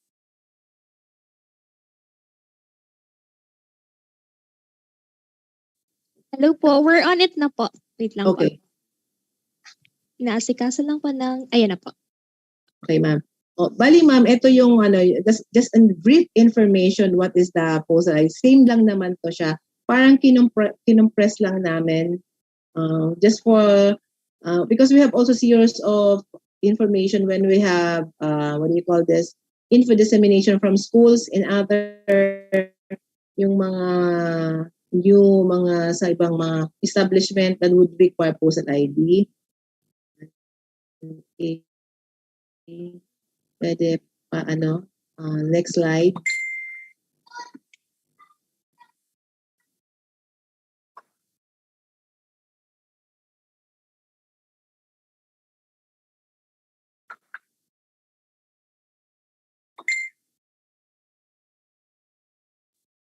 Ayan, we're having technical difficulties lang po. So, let's just wait for a while po habang inaayos po.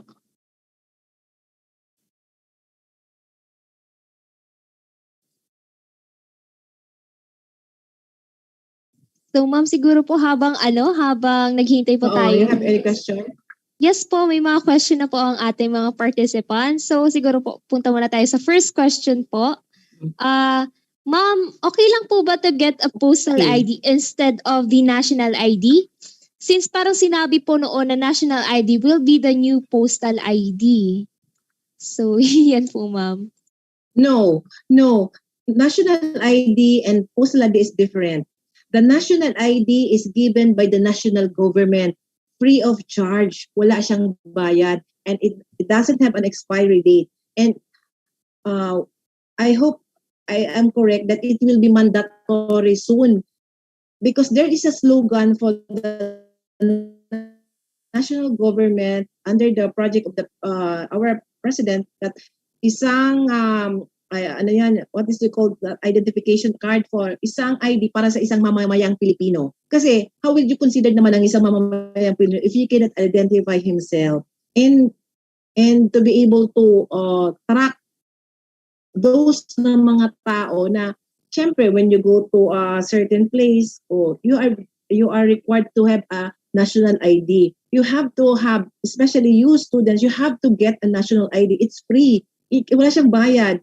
Ang postal ID kasi ay pwede siyang makuha kasi yung parang madali yung ano niya, madali ang pagkuha niya. Because itong sinasabi kong 504, this is the regular ID. But we have a rush ID, which is 650 pesos, 7 to 10 days. Because as I can browse my next PowerPoint presentation, there are those clients na pupunta ng abroad, kukuha ng passport. They cannot have an ID. What will be the proof? The postal ID. That's Okay. it. Thank you so much, ma'am. So, okay na po ba ang ating PowerPoint presentation or should we proceed to sa ating second question? Second question, please. Okay po. Sige po. So, in renewing the postal ID, do I need to wait for its expiration or prior to the date of expiration? Should I already apply for renewal po ba? So, what are the requirements for renewing the ID daw po? Thank you so much po. Yes.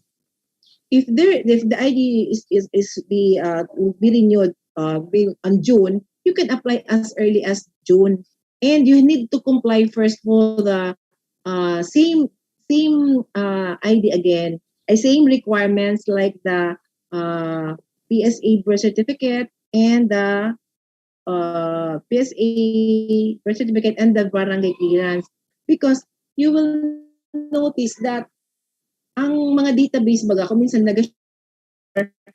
ang database, it can be hindi siya yung parang safe. So kasi 3 years it can be discarded, so you have to provide again the requirements for that. Okay po. Thank you so much, ma'am. So, sige, hindi pa po okay yung third second presentation. So, let's proceed po sa third question. So, hindi raw po tinatanggap ang national ID for some transactions like banks kasi walang pirma. Is this true daw po ba? Correct. That was, we have a series of meeting with the PSA heads in Manila. We have also a Zoom meeting. And we inform them about the plea of the that it is not being accepted. Why? Again, there is an explanation for that. Because the Bangko Sentral ng Pilipinas has not yet issued a POS. For every commercial establishment, there will be an issuance of POS sa bangko, mga stores, that once you tap the QR code doon sa POS na it can be easily recognized. So, hindi pa ngayon nag-issue yung Bangko Sentral ng memo for that, because one of these year, mag-i-issue. Kasi yun nga ang clamor, hindi tinatanggap. Wala talagang pirma, exactly. But pag nag-demand na ang Bangko Sentral na, syempre, we have to comply for the directive of the national government, every establishment, para hindi ka ma-forfeit yung license mo, that you are operating, you are compliant for the business itself, for the business permit, you have to comply for the POS system, wherein the postal ID, the national ID can be presented and you can tap it and then it will be valid already. Ngayon hindi pa siya. That is why. So there will be siguro after this administration or the June, kasi yun talaga ang clamor, ma'am, ng mga, especially yung walang ID. So they resort again to the PhilPost ID. Kaya yun ang doon, ang battle cry. That the PSA demands that it will be soon. Yung POS niyang bawat bangko, especially sa bank talaga. Okay? Okay. Thank you so much po, ma'am. So, ready na po daw ang ating PowerPoint presentation. So, magpipresent lang po ang ating tech team. So, ayan. Wait lang daw po. So, ayan na po. Ayun na po. Okay, so yan ang ano namin, 504. That is the regular ID. But regular ID, sabi ba doon, 15 to 30 days. But there is also the rush ID, which is 650 pesos. 650 pesos, which 7 to 10 days. So what are the requirements?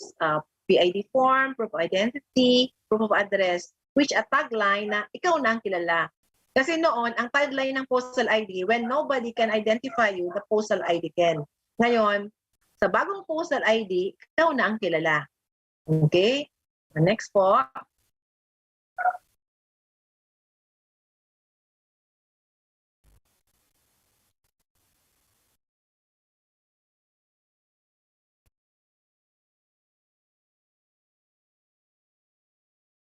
Yes.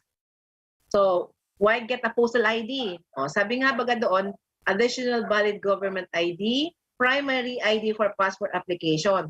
Before, yung una, when I was in marketing 2018, the Postal ID is only a secondary ID. Oh, but now, the Postal ID is being recognized now as a primary ID. So, ibig sabihin, primary, it's a basic requirement na pwede siyang accept sa DFA.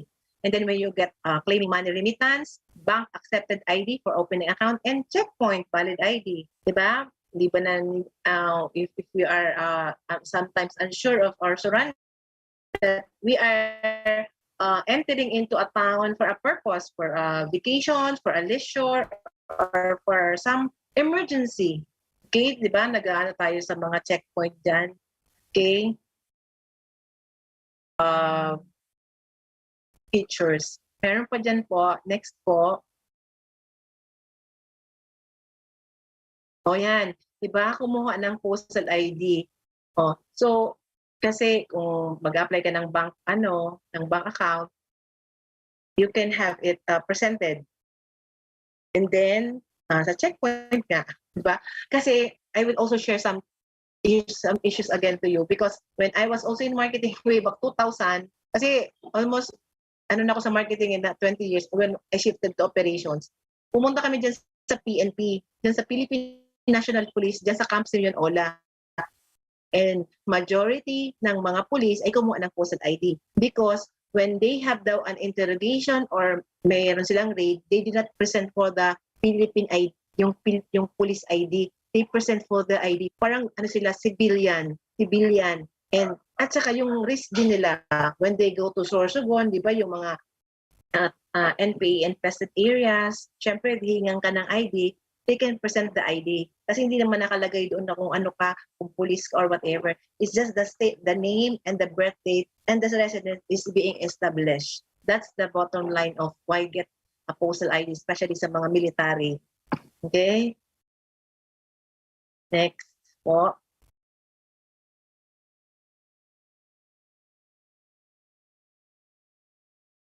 Yan. O, di ba? Passport application. Majority of you would like to go to another country for a vacation or for work. And majority na mga natin ay kumuha ng Postal ID for a passport. And that can be proven because but I'm a government employee. When I apply for the red passport in Asiana and Parañaque, I presented 2 valid IDs, which is my company ID and the UMID ID for the GSIS, of which I am a member. And the third one is the company ID and the Postal ID. So that's a valid ID when you apply for a passport. So I know some of you are very decisive and very want to go out of the country for work. So you can apply for a Postal ID and then apply for a valid passport application. Okay. Next po, if there is still. So yun nga, there are also peking Postal ID. And would you know that kahit nag-apply kayo ng Postal ID, i-verify yan ng DFA. Somebody from the DFA will call customer care hotline to validate the Postal ID because some of these IDs are being copied in recto. It is very because when I go there, yung Postal ID nila sa 200 pesos lang, we're in 504. So, yun ang mga May mga, anything can be fake nowadays. It can be for, for money, but it cannot be prosper because it's fake. It will not go into, So that is the presentation, and that is the features. Exactly. Diploma nga, nape-fake. That is true. Is eligibility. Hindi na ako lalayo. Civil service eligibility. It can be fake nowadays. Okay? Next po. Kasi ang ID, ang form pala ng postal ID can be downloaded online. Okay? But you have to go to the post office to Naga to apply personally because the capture is, ayan, it can be downloaded via the www.philpost.gov.ph. But you have to go to the Naga City Post Office for the live biometric capture because you will be taken your signature, your finger scan, and then your photo. Okay, so the general terms and conditions are stated there. Okay, if you have any more questions. Oh, that is the, you can have it printed at the Naga staff and have it posted in your bulletin board so that those who are willing to get a postal ID can have also a glimpse. O sabi diyan, meron daw mga foreign residents that want to apply for the ID. So what are those requirements? They should have an alien certificate of registration that when they enter our country, they are legitimate. They are not fixer. They are not for any purpose. Alien certificate of registration. It can be provided in the when you apply for a postal ID. Sa mga foreigners, meron po yan. At saka yung passport nila, they can be presented also. Okay? Okay. That's the end na po ba? Or meron Yes, pa po? that's the end. If you have any more questions. Okay po. Thank you so much, Ma'am Nena. We are very grateful to you po for that very informative talk about sa PhilPost. So, for a last question po or reaction, we have here with us Mr. Don Benjamin Ray. So, hi Don, are you here? Hello po, Miss Jackie and Ma'am Ayan. Nena. Panganiban. Yes po. Hello. First of all, I would like to thank Ma'am Nena for that interesting overview po of the postal ID. I can relate it po before at yung sinabi mo po earlier na nag-require ng valid ID to get another valid ID. Na how would it be possible for, kasi nga yung main purpose mo is to get a valid ID, and paano ka kukuha